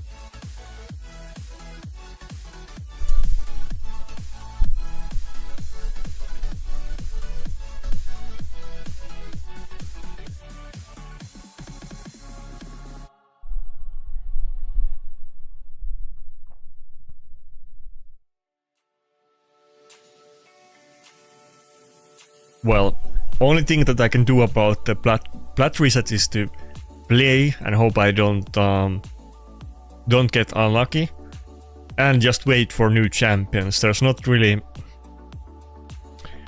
anything to be done. To be honest, you know, was doing totally fine in offense. Not the greatest offense, but we were beating really even some good teams. Maybe I could have taken easier battles, I feel like, but we didn't get any losses in offense. I was running other stuff than just turtles, so I was kind of finding new teams that I can hit in the current meta, and it wasn't bad. The only issue is just that my defense is terrible and I get hit a lot, but you know, that's only gonna be solved with the champions. The strategy part is, you know, there's nothing to be done about that right now, but I was able to improve on offense a lot, so that's pretty good. All it takes is getting like one, you know, Theodosia, Galatir, Niamhe, Mariska, something like that, and my defense team will be way better. It will not take too much.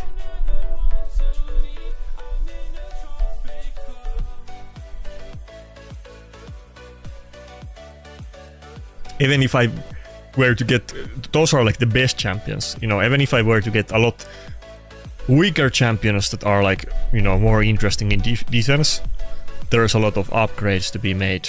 Like, I was running, to be clear, if you didn't see what defense I was running Ancora, Rotos, Predator and Donatello defense, so obviously not anybody else was running that defense, and they should not be running it, so it is what it is. my defense definitely for now stands out.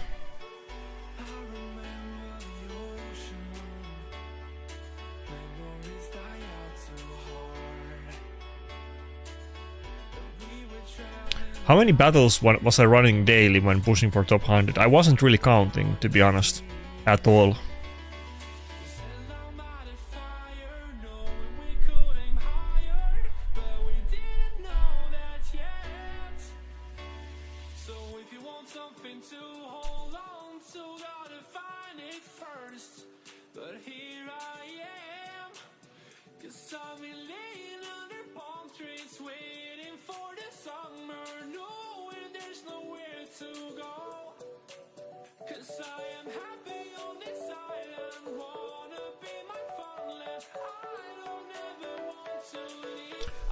What's up, Sheepstick? Yeah, it was it was asked a lot. I told the story multiple times, including yesterday, but you know,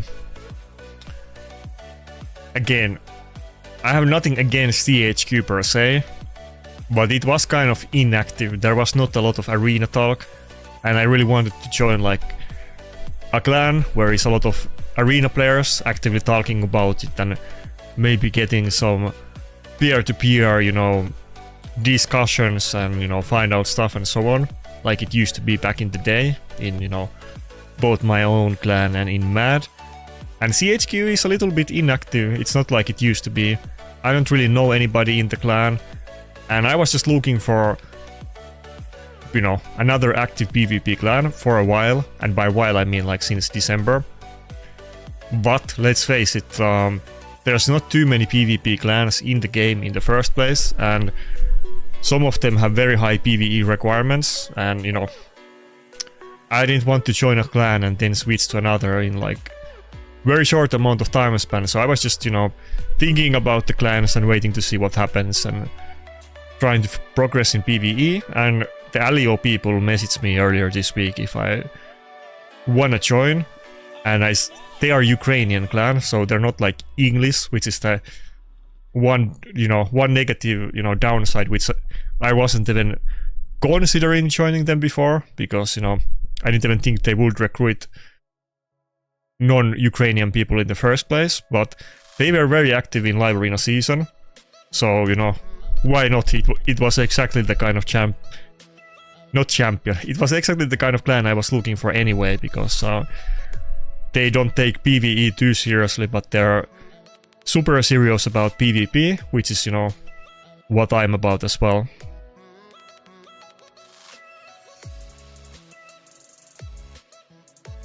That's about it, you know. There was like no drama or anything like that, but you know.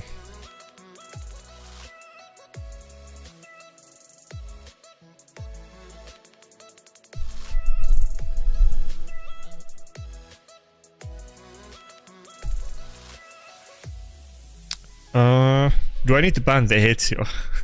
I think I banned the Ezio just to be safe. It's level 96, but you never know.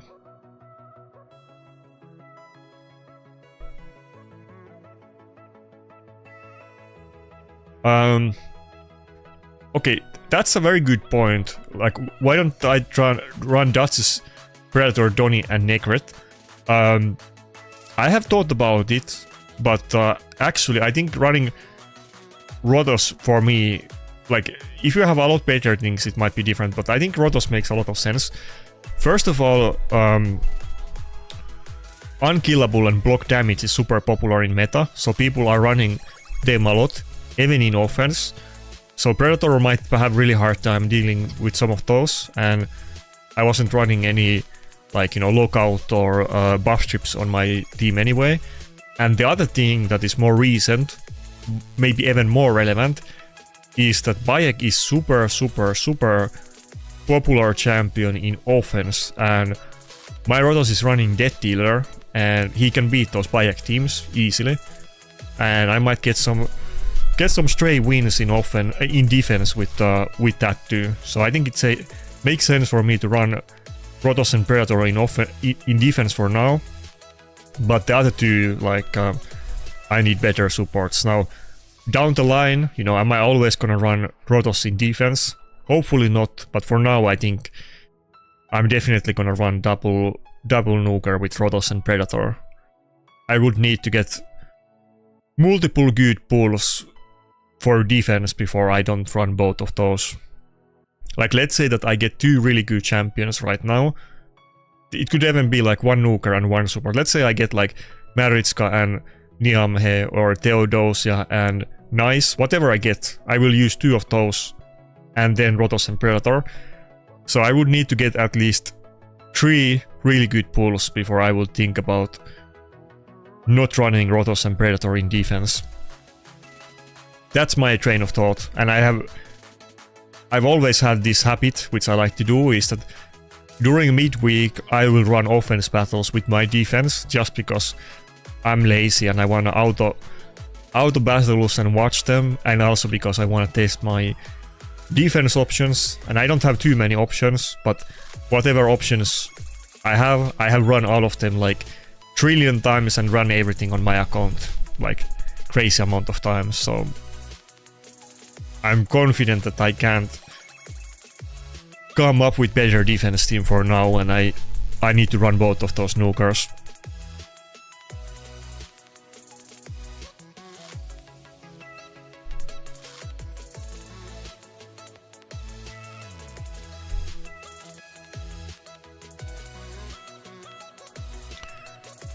You don't need CHQ to talk about Arena. True. I mean, I could be in any clan and just hang out with my own stuff, but I do kind of miss the times when I feel like maybe clans are not as active in general these days as back in the day, to be honest, but I used to be in some very active clans where people were talking about Arena all day and testing their defense teams and so on, and just seeing people talk about things, you know, people that are active and so on, you kind of learn a lot of things about the meta, especially if they're talking about champions and setups that you don't have. Maybe they're talking about their defense teams, and you can take, you know, you can maybe learn something of that for your offense. So I kind of do like being in a clan where it's super active and people talk about Arena. Even though it's not really, you can just do your own thing, of course.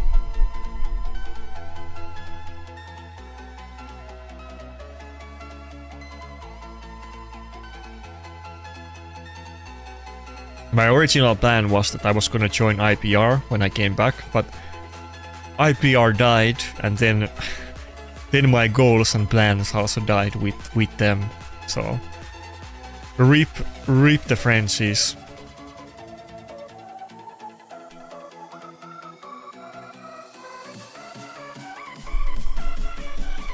I don't know if I want to run Rotos against Theodosia, but I'm gonna.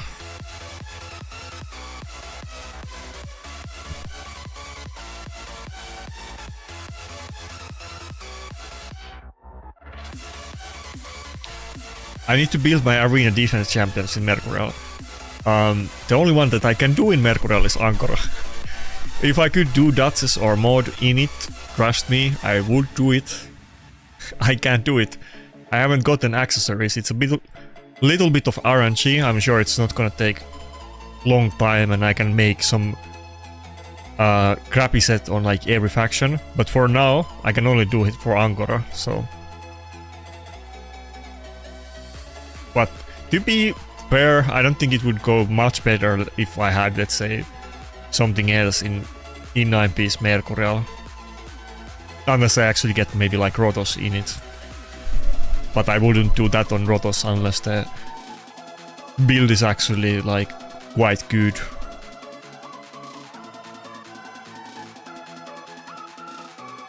So he has a lot lower bar for it, since I have a dead dealer, but even still.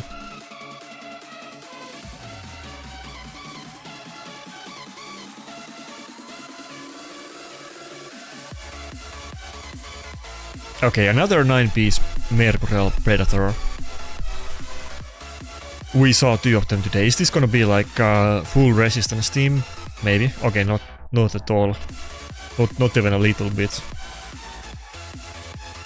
Sometimes I've had multiple battles where they have John, even if it's like low health and clearly Nuker, and this doesn't look that low health. It could still be a hybrid Nuker, but maybe it's not even a Nuker at all.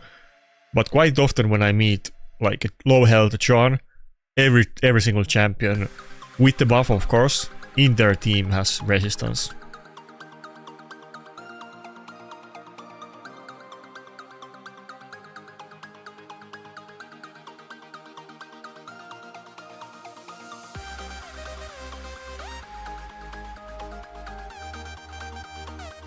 Yeah, I don't think I'm getting 3 very good pulls anytime soon.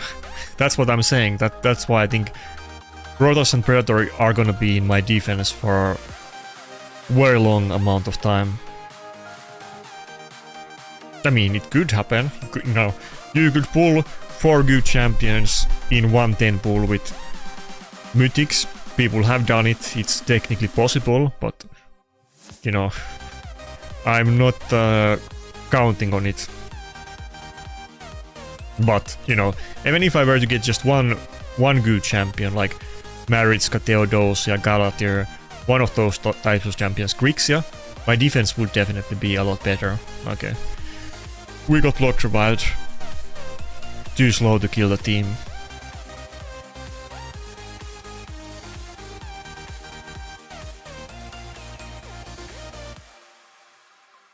Yeah, nice is OP. Travis, come on. I assume you have nice, and you feel like he's not as good as people are saying. Bro. You know, you could argue that nice is not the best champion in the game, if we talk about support as well as not nukers. That's the level that nice is at. If we talk about supports, you could say that Theodosia is better than nice. If we talk about nukers, I feel like, you know, it has to be like, you know, how many champions could you even argue that are even arguably as good as him? Not too many. Like, it's gonna be Marius, Garrel and Predator, and you know, Garrel and Predator, I think Garrel and Marius are maybe like more meta in live arena because the system is different since you can ban one champion. But if we talk about in general or standalone or in Platinum arena, nice is the best champion.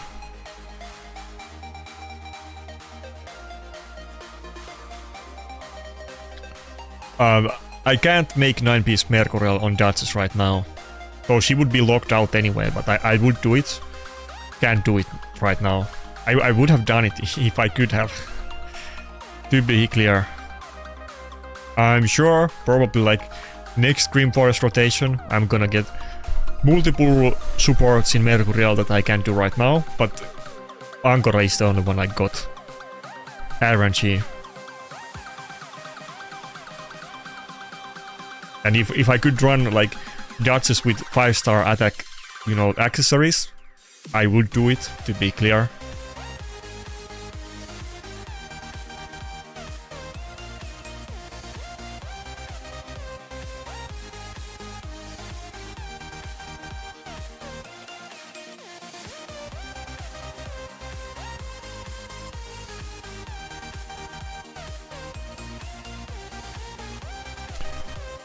I mean, Solanar is very good, but I disagree. Definitely not.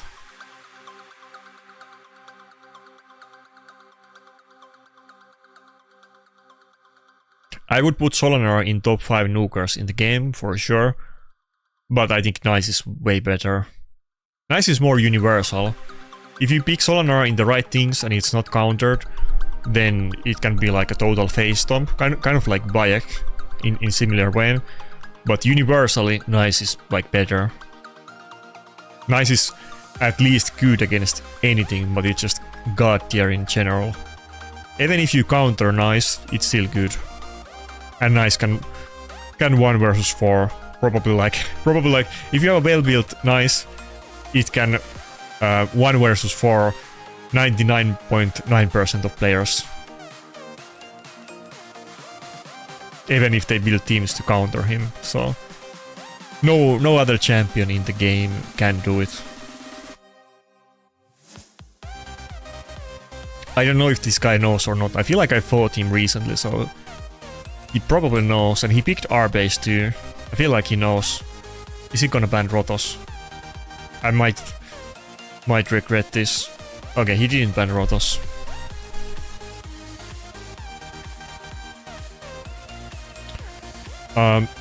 No, I didn't get Westeel. I'm not really planning to go like I don't know if I'm even gonna go 4-star on Westeel, because I wanna save tokens just in case I get something really good, like some of the Void meta champions like Niamhe or Maritzka or Solanar. But if I get, I will definitely buy up to 2-star. So haven't seen it yet. Not the biggest priority for me, but I will definitely get 2-star if I can. Yeah, Predator can 1 versus 4 too. That's true, but I mean, Nice is better at it. You know, my Predator has 1 versus 4 some crazy teams on video, so I definitely know. I had that one video where he 1 versus 4 a team. I forgot what's the 4th champion, but he literally had both Galatir, Theodosia and Nice in the same team. He has everybody alive on full health, and I have nobody else except Predator in my team, and Predator wins the battle. So I know, trust me. And that was like good account with good gear, and they were empowered and everything.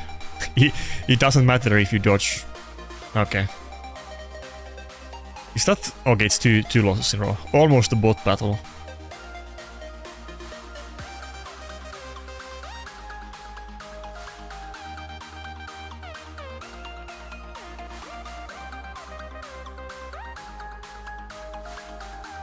What do I think about Leonardo in current meta? Are we talking about live arena or in general? Oh, this guy didn't want it at all. Live arena is not like top tier. People do run it. I feel like mostly when people run it in gold, they're running it as a meme. But I think is it the same guy?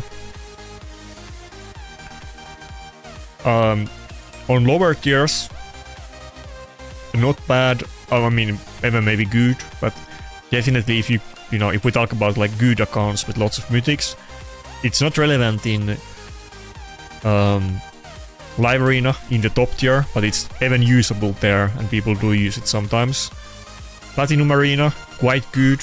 Of course, there's better things to do, but I mean, I was running Turtle Offense today, and I didn't lose any battles with it, and I beat some good teams. So I was running other offense teams today as well, and it's also great in tag team arena. So overall, you will definitely get a lot of use out of Leonardo, and it's probably worth getting at least 4-star blessing on him as an example. If you have really insane account, which I assume you don't if you're asking about this, maybe it's not even worth building at all, but you know, you can get a lot of use about Turtle team if you do wanna. If you have everything in the game, then you don't need Turtle team for any content. Okay, we're not gonna run Duchess in this battle. We need Ankara against all of the annoying freezes. Maybe I'll go with Gallows or Mod as last pick. No use, no Plat this time. Was close. I got 19 hits in the last 7 minutes. It happens. My defense got fucked. My offense went really well, but defense got fucked. I haven't beat Husky. I think I beat Husky. One of the big boy mad accounts with many trophies.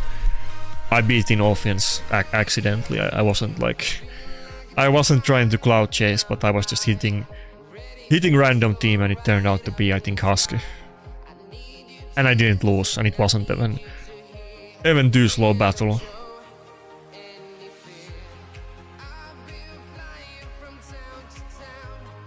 But yeah, I did the Icarus thing.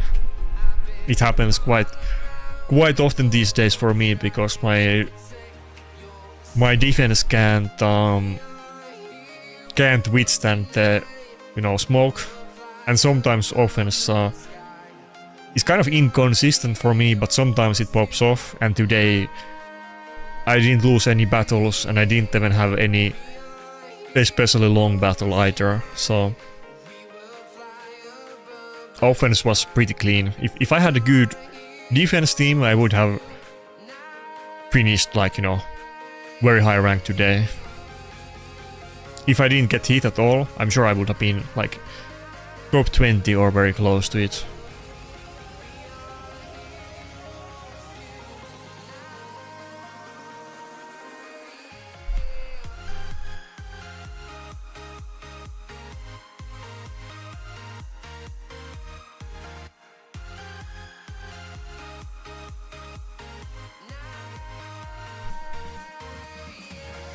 Why do I keep saying that Hilvi was buffed by Mercurial? Well, how often do you fight Stone Skin Hilvis? Let me ask you that. You don't meet them too often, and at least for me, with my builds and my account, it's like a completely different tier champion. If I meet Stone Skin Hilvi, it's kind of like a bad pick. You know, they could pick trillion better things. If it's Mercurial and there's no downsides to CC and it also gets tanky, then it's actually like a really, you know, annoying champion. Because Hilvi is not tanky, you don't have a passive that makes you survive, you don't have good base stats, you do have nice utility and CC, but we have Taunt, I can't do A3. But yeah, Mercurial just adds a lot to it. You're not getting any polymorphs or wand procs against you. Should I do A2 or revive? You can't get polymorphed or wanded, it's super safe, you're not gonna get backlash, and you also become tanky. And she would normally be one shot all the time. You can just focus on speed and it's super good. Now, is it as good as, let's say, Theodosia or Galatir? Not even close. Those are obviously way better, but Hilvi is, you know, not a mythic, so a lot of people have it, so if you don't have those, then it's, you know, there's like so big gap between Theodosia and Galatir and the other revivers.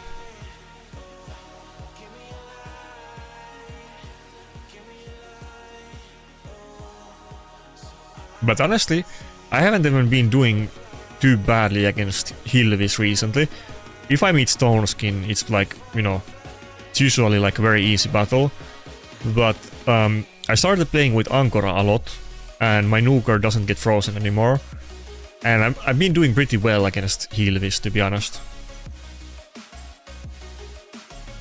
It's not really my, you know,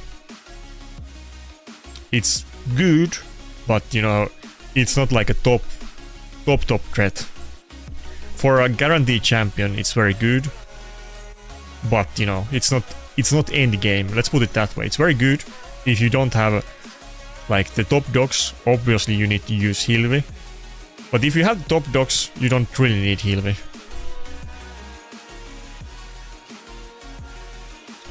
It's not quite like, let's say, what would be other recent champions like Solanar. Solanar is not a mythical, but there's nobody that does the same thing as good as he does. He's the best at what he does. It's kind of like the new Cupidus or something along those lines. I don't think I can win this. I'm just gonna go next. Hilvi, there is other better alternatives, and you can run Hilvi with like the other ones too and have multiple of them, but often you just run one of them and not like not multiple revivers.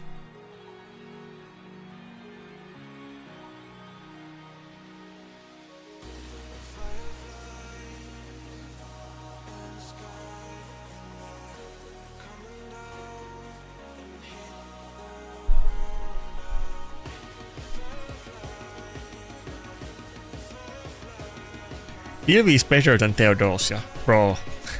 Calm down. Calm down with that.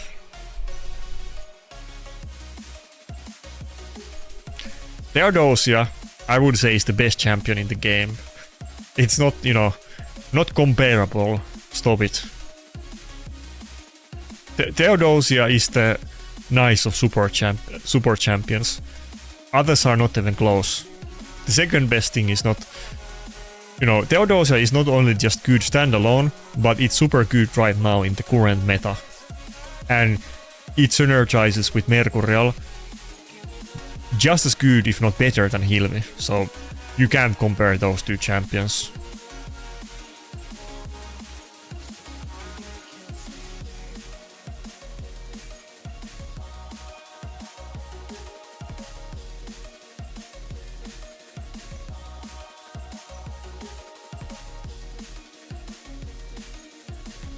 What do I think about One Piece live action?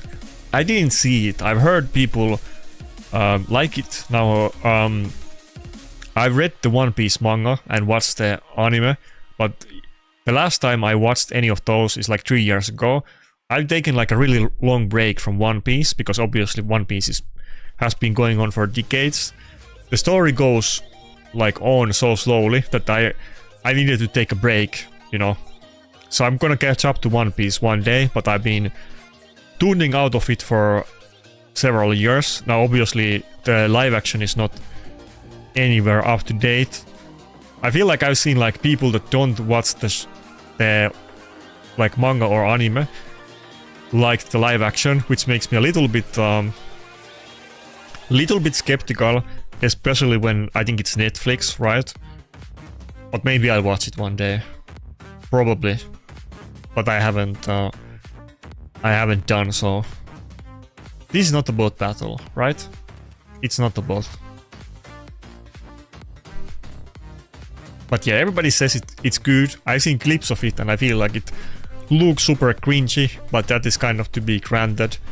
It's kind of hard to, I feel like, do something like One Piece in live action, considering how fantastical it is. And also I feel like, you know, as probably most manga and anime enjoyers would agree to, it feels super cringe to see English spoken in those. It feels like wrong. But I'll probably watch it. One kind of similar concept, like live version of like, well, I guess in this case it's a game, but I did watch the Fallout TV series, and that one I liked. I think they did it well. I think it was pretty good. I recommend that show if you're looking for something to watch.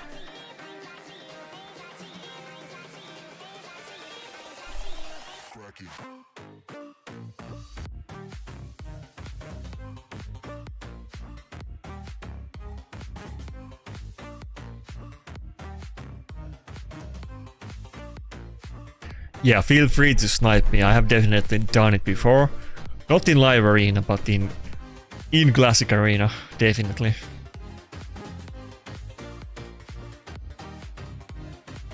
It's been known to be kind of hard to snipe though, because we tried to do a lot of giveaways that way, and people couldn't get matched up with me even when we tried to time it.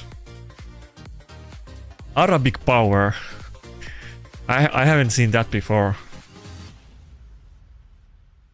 Okay, that wasn't any kind of like backhanded compliment. I like the name, but I haven't seen that clan before. Was a standout name. We talk a lot about politics, but that wasn't a political statement. I'm not making a stance one way or another on that one.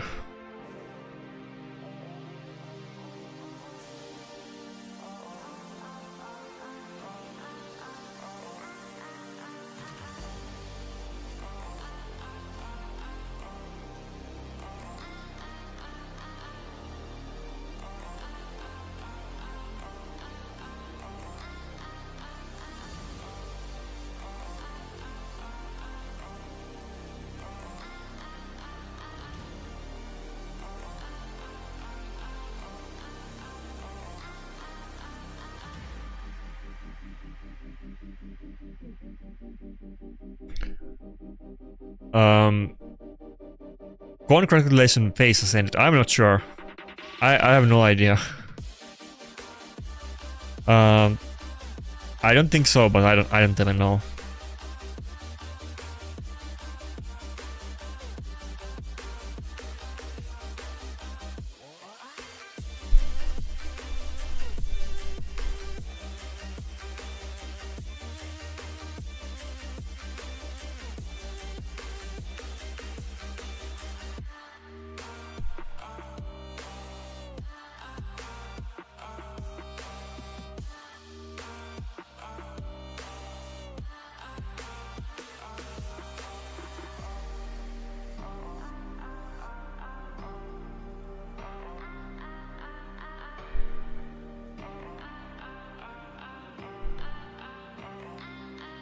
I mean, I don't dislike the concept of doing One Piece anime, but I feel like, I mean, not anime, the live action, but I feel like the live action was basically made for the people that wouldn't read the manga or watch the anime. But people have praised it, so I guess it's good.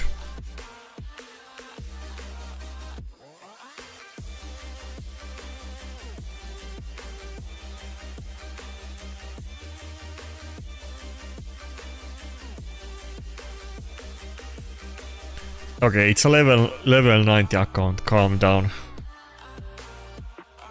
So somebody was wait, can I okay, just kamikaze. Earlier on the fight, people were saying that my Rotos was not doing enough damage.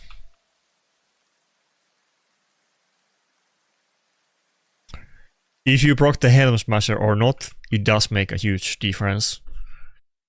Also, they might be running some kind of masteries or other things that also mitigate the damage a little bit.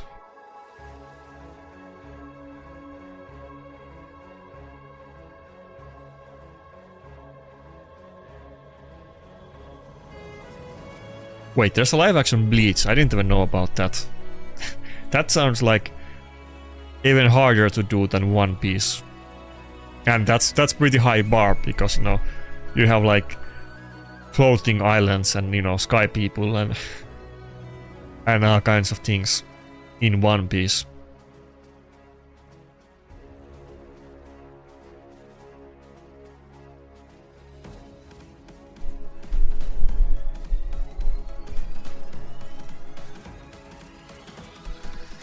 And just a lot of weird humanoids.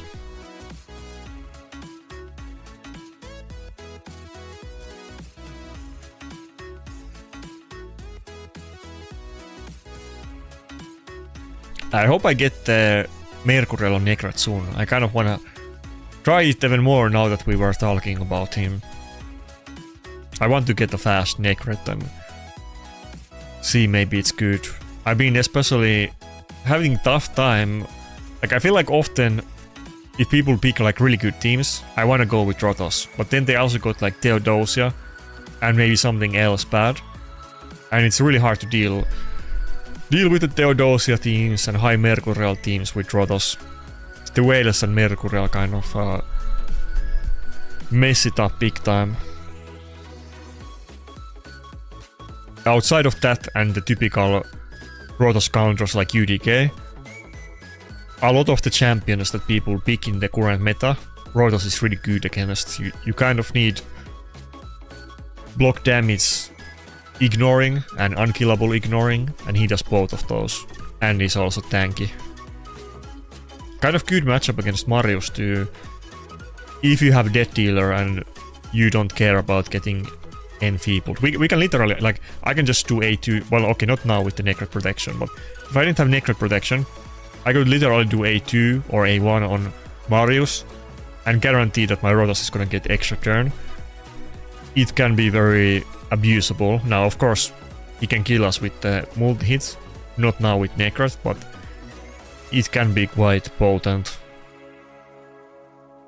And even though Marius is a free champion, he's one of the top meta champions in the current game. I would say, you could even say it's the best champion in live arena. I think that's totally debatable. I would put it in top 5 or even top 3.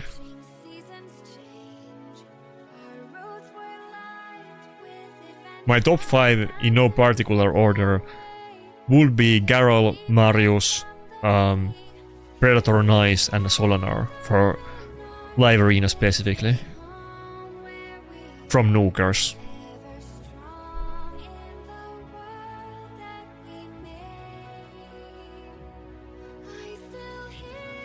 Okay, are we good? I haven't faced this champion once, so I don't know what to expect. I mean, I know it's not a PvP champion, but who knows?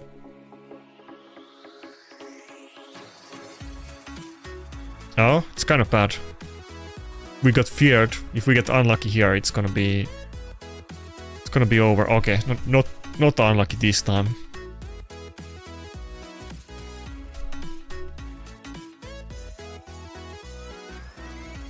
$50 gems. Ouch.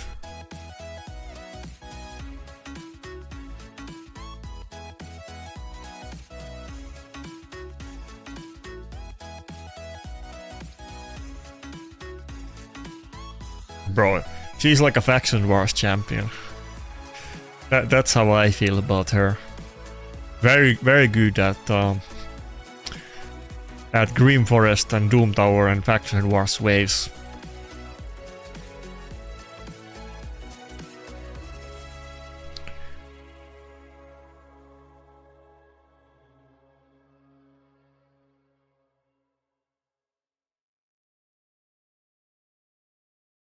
Wait, what are you talking about? What is a scammer? What did I miss?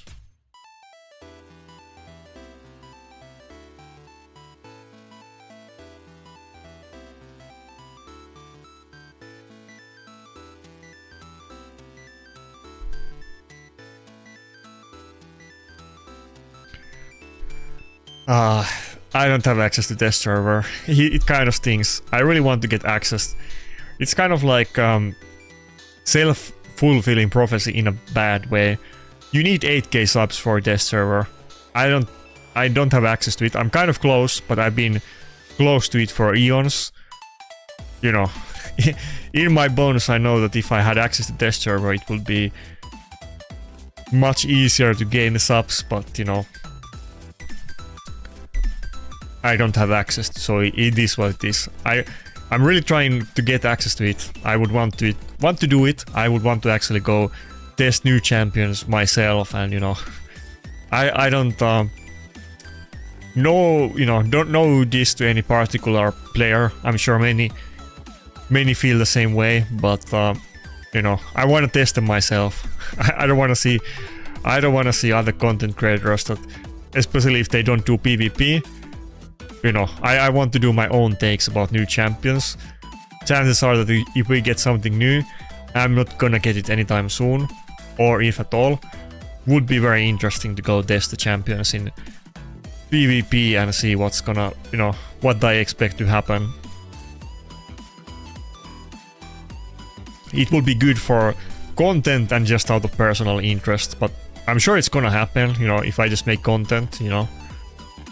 A lot of content creators in Raid kind of cry about it because the 8,000 subs can be kind of hard to reach, and I don't think it's a great metric either way.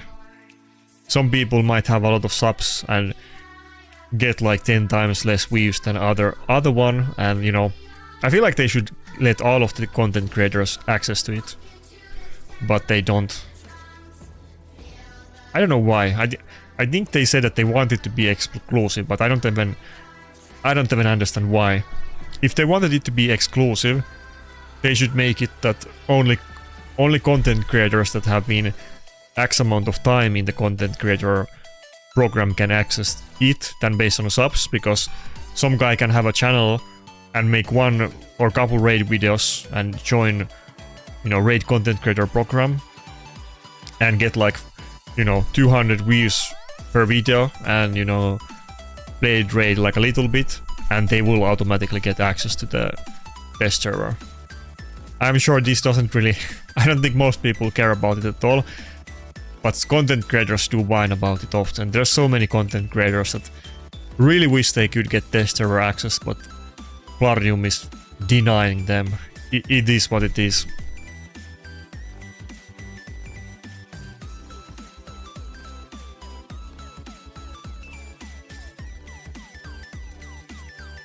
No, it's always been 8K. It's never been 7K.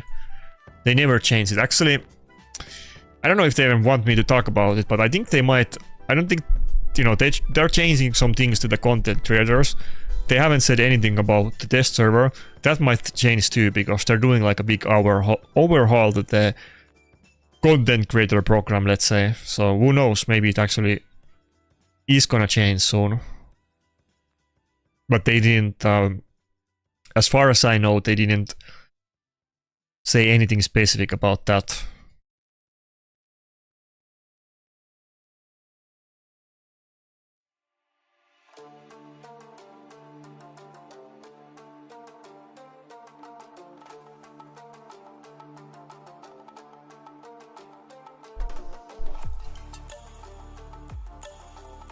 Also, I think if there was more people on the test server, then you could make better testing on test server. If we had, you know, had a bunch of PvP players putting out some real defenses there that you can actually test against, let's say. They should give even some non-content creators access to test server. I don't know why. They should give it like some old players that are like active. They should give some of those, just if not for content, just so that content creators can test against like actual accounts on the test server. We should recruit like 10 people from every top clan on the test server so that we can fight against their teams.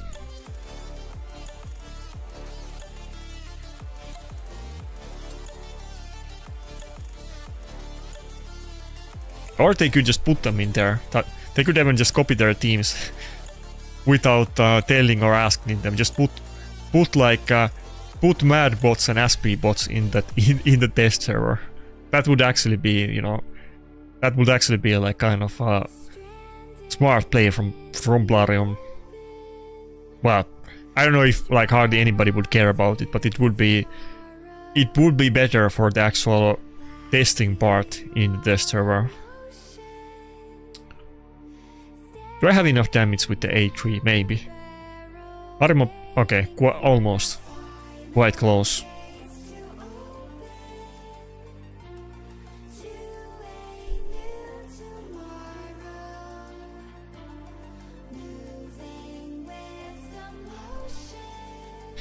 But yeah, if you wanna shield for me, then give me a sub and post my channel in your clan Discord. I don't want to, you know, big subs for all the time, but I definitely do want to get the access to test server, so I need to swallow my pride a bit more. I'm quite prideful person actually, so need to start start begging for subs because I'm quite close.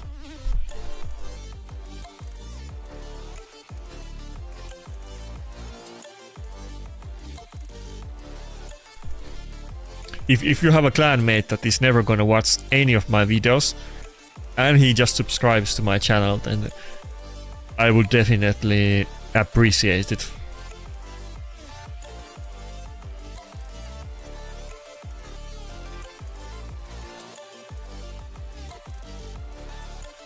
Come on.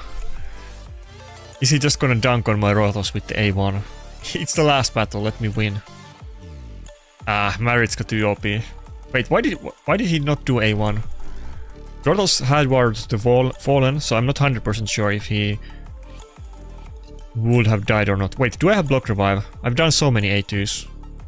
Okay. Let's go. He should have done the A1.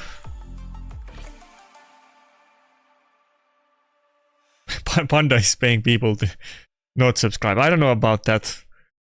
I don't know if he cares that much, but then again, Panda can, Panda can be kind of petty, so,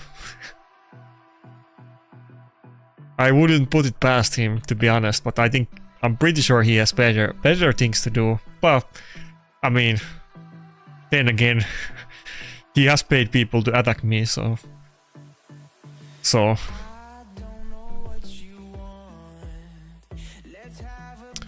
he does play the game. Some of it might be automated, but he definitely does play the game.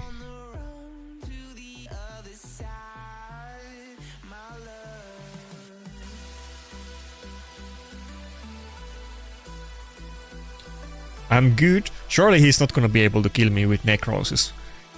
He block revived 2 of my champions, and I block revived 2 of his, so I think we're kind of even Stevens right now, but I think I got the upper hand.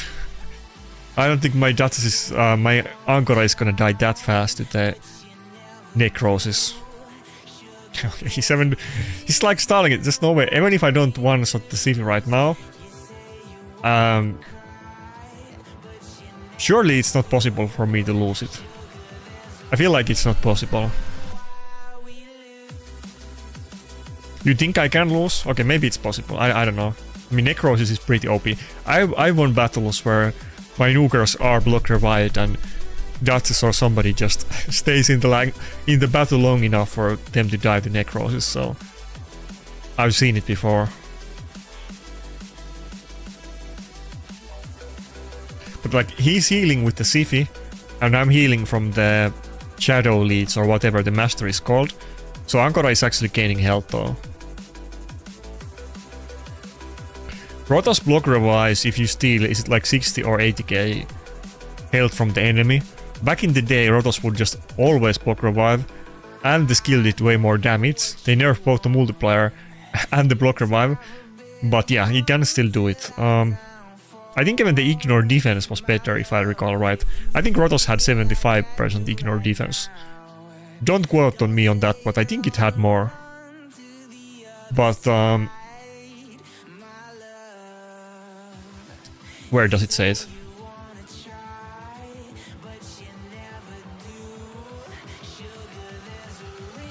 Does it say it on the A2? Cannot increase health by more than 60k, and if you steal 60k, then you block revive with the A2. In practice in live arena, it's kind of it really depends on the battle, because most battles it's not gonna be worth it. The battle might be way shorter, and if you're using A2 on champions like Marius or other ones with low health, it's gonna take long time. But sometimes if you fight really long battles or against really tanky teams where everybody is super high health, it might come into play quite early actually, but it's definitely gonna take several turns at least.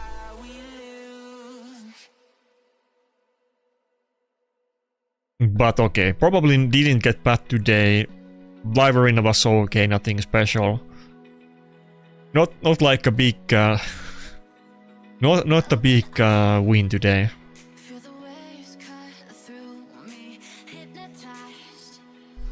Offense was good. That's the one silver lining. I had some new offense teams that I was testing, and ignored the battles at the end when we held the gold. But before that, offense was great. We didn't lose any offense battles. We beat Husky. I don't remember how long this battle took, but I don't know why Husky was running that defense team though. That seems kind of troll. Maybe that's before he put a real team. I feel like that can't be his real defense. There's no way he was running Ashenar in defense. Husky has a good account. Anyway, we still beat him. I'm sure his builds were good, and the offense was solid. No losses, and we didn't have any long battles either. It was too good, and defense just got obliterated. Happens.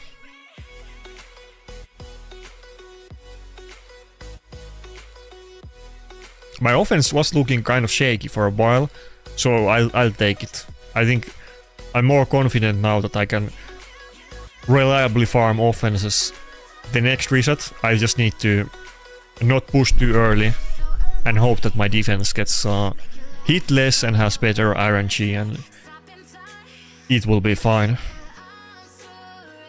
I need to wait until until my defense is scarier before I can do longer pushes, which I would want to do if I get some good champions on defense.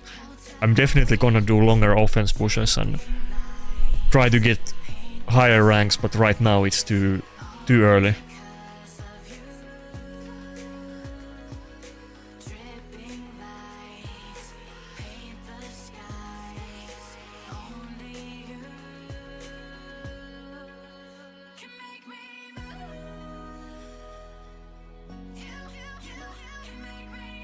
I have to double check if I ran the clan boss variant or not, because I wouldn't remember.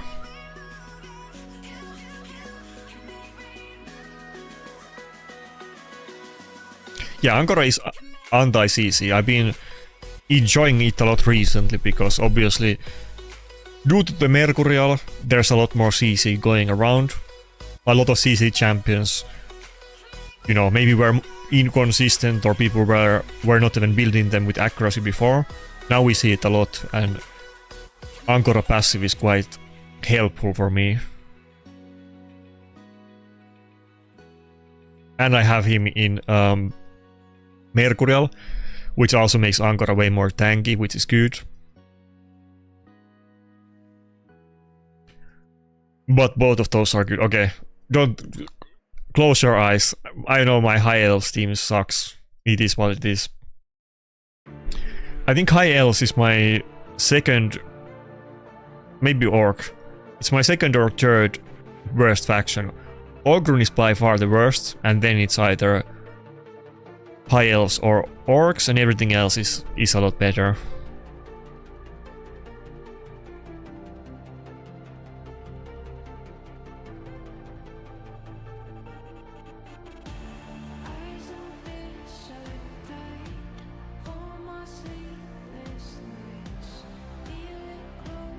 I don't even know why I'm running Vergis, but I am. I died with the waves.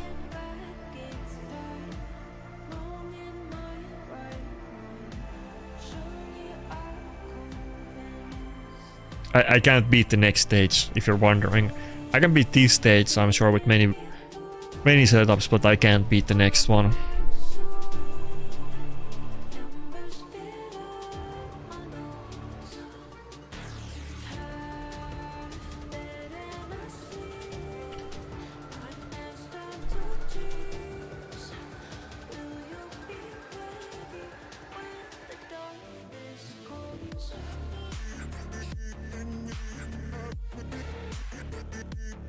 Twitch is not working.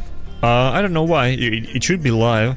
If it's not working, just click the link on my channel and join the YouTube. Though I'm gonna end the stream quite soon, but it's definitely working on YouTube at least.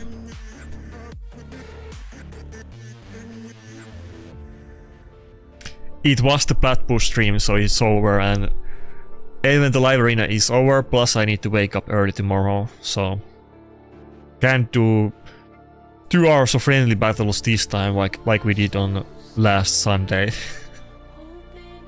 Not today. Next time.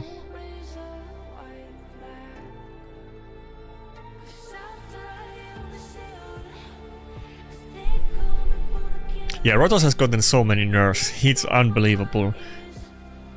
If people don't know, like, this is so old stuff that most people wouldn't know. They relentless set and extra turns used to be better. They like nerfed multiple other they nerfed all of Rotos' abilities, but they also nerfed like many mechanics in the game just because of Rotos. These days, every time you take a turn with relentless set, you have like half chance to get another extra turn in row. But back in the day, that wasn't a thing. It was specifically nerfed because of Rotos. And also even the chance to proc extra turn on relentless used to be higher. I think they dropped it by like 10% or something like that. Also, you used to be able to get extra turns from like your, like let's say Rotos has extra turn on A1. Back in the day, you could get extra turns from ally attacks, and you can't get it anymore. And then they nerfed how, you know, how his passive works with shields. People used to build Rotos super low health, and then if you had like any type of shield, he would not take any damage and they wouldn't even break the shield. It was so OP. And all of his multipliers were better, and he instantly block revive people. And is there some other nerf that I forget about? Rotos is the most nerfed champion in the history of the game, by far.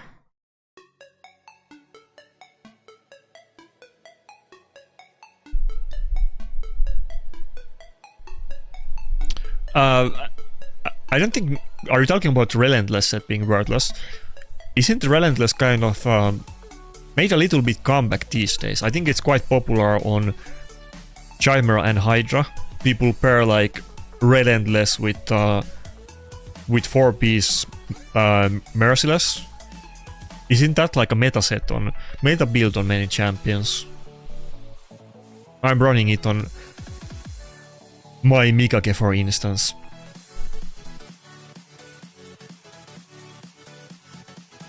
Not that I would really know about the PvE meta too much, but...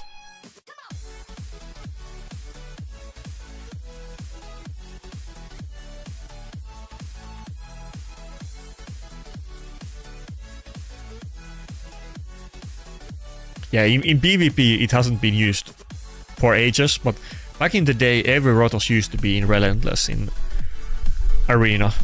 But yeah,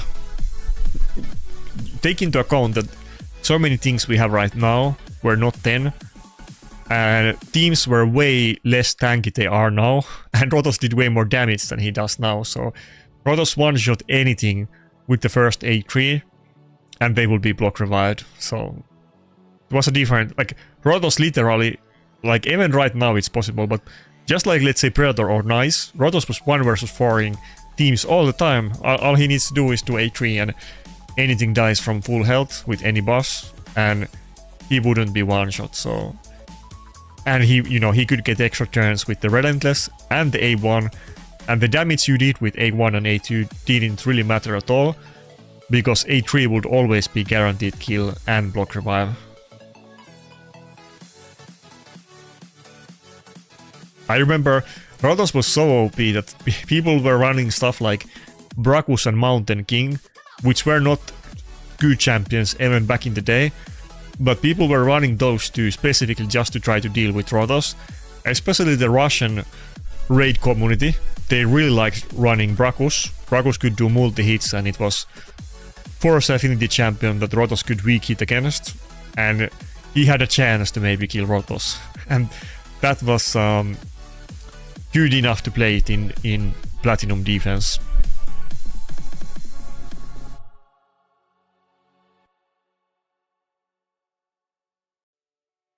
Have I tried running Supreme Elhain in the faction bars? Yeah, like, I'm sure I could maybe do some better version of this team, but at least on the boss floor, not this one, but the boss floor, which I can't do, I can't keep it like alive. I think isn't she's like 14,000 base health or something really low. For the faction wars, I think especially health, but health and defense scaling nukers are way better.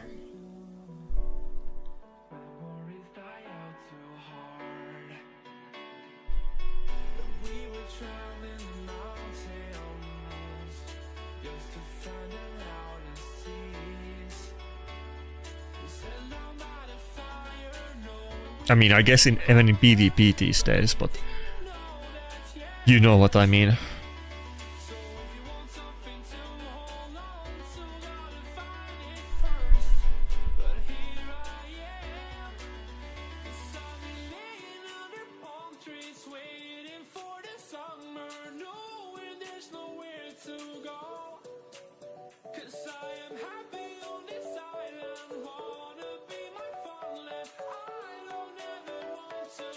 I think, well, you know, I think a lot of people were running 6-piece Stone Skin too, but you could definitely do either one of those.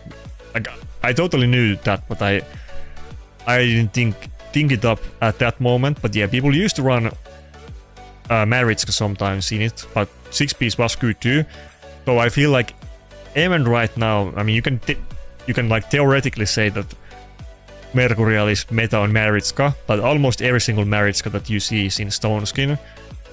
You know, you could run a really badly built Maritzka in Mercurial, but people have really good Stone Skin sets and often in Resistance, and they are still generally running those. The Stone Skin Maritzka build was one of those things that it was really good, it's still really good, and people invested their best gears and glyphs on it, and they have insane builds for Maritzkas, and it's not too easy to, you know, swap away from those to like some brand new item set, even if it's like kind of better on paper. Plus, you know, you get more resistance on Stone Skin anyway, so if you really want to run her in Resistance, it's probably better to do it in Stone Skin, even if you have crazy good sets.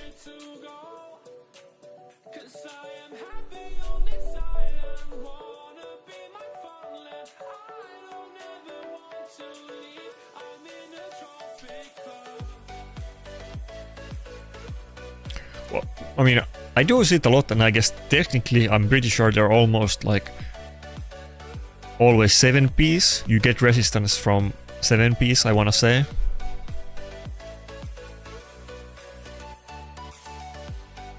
If that counts, but obviously you're gonna do it if you can do 6-piece.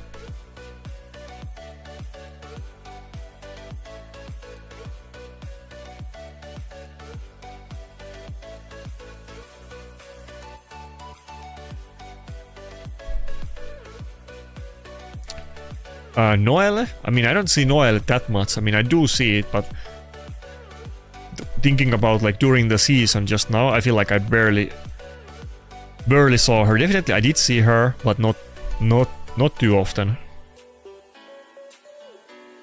Way less than Hilvi, for example.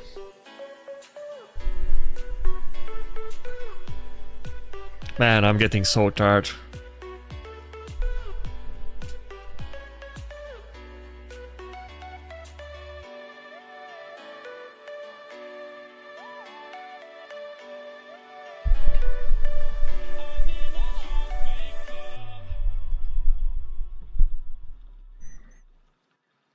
Everybody is so different time schedules in Raid, because people are from every country, and definitely like in comparison to other countries there's way more Americans, like individually, not like overall. But you guys have completely different time zone than I do. It's pretty much the opposite.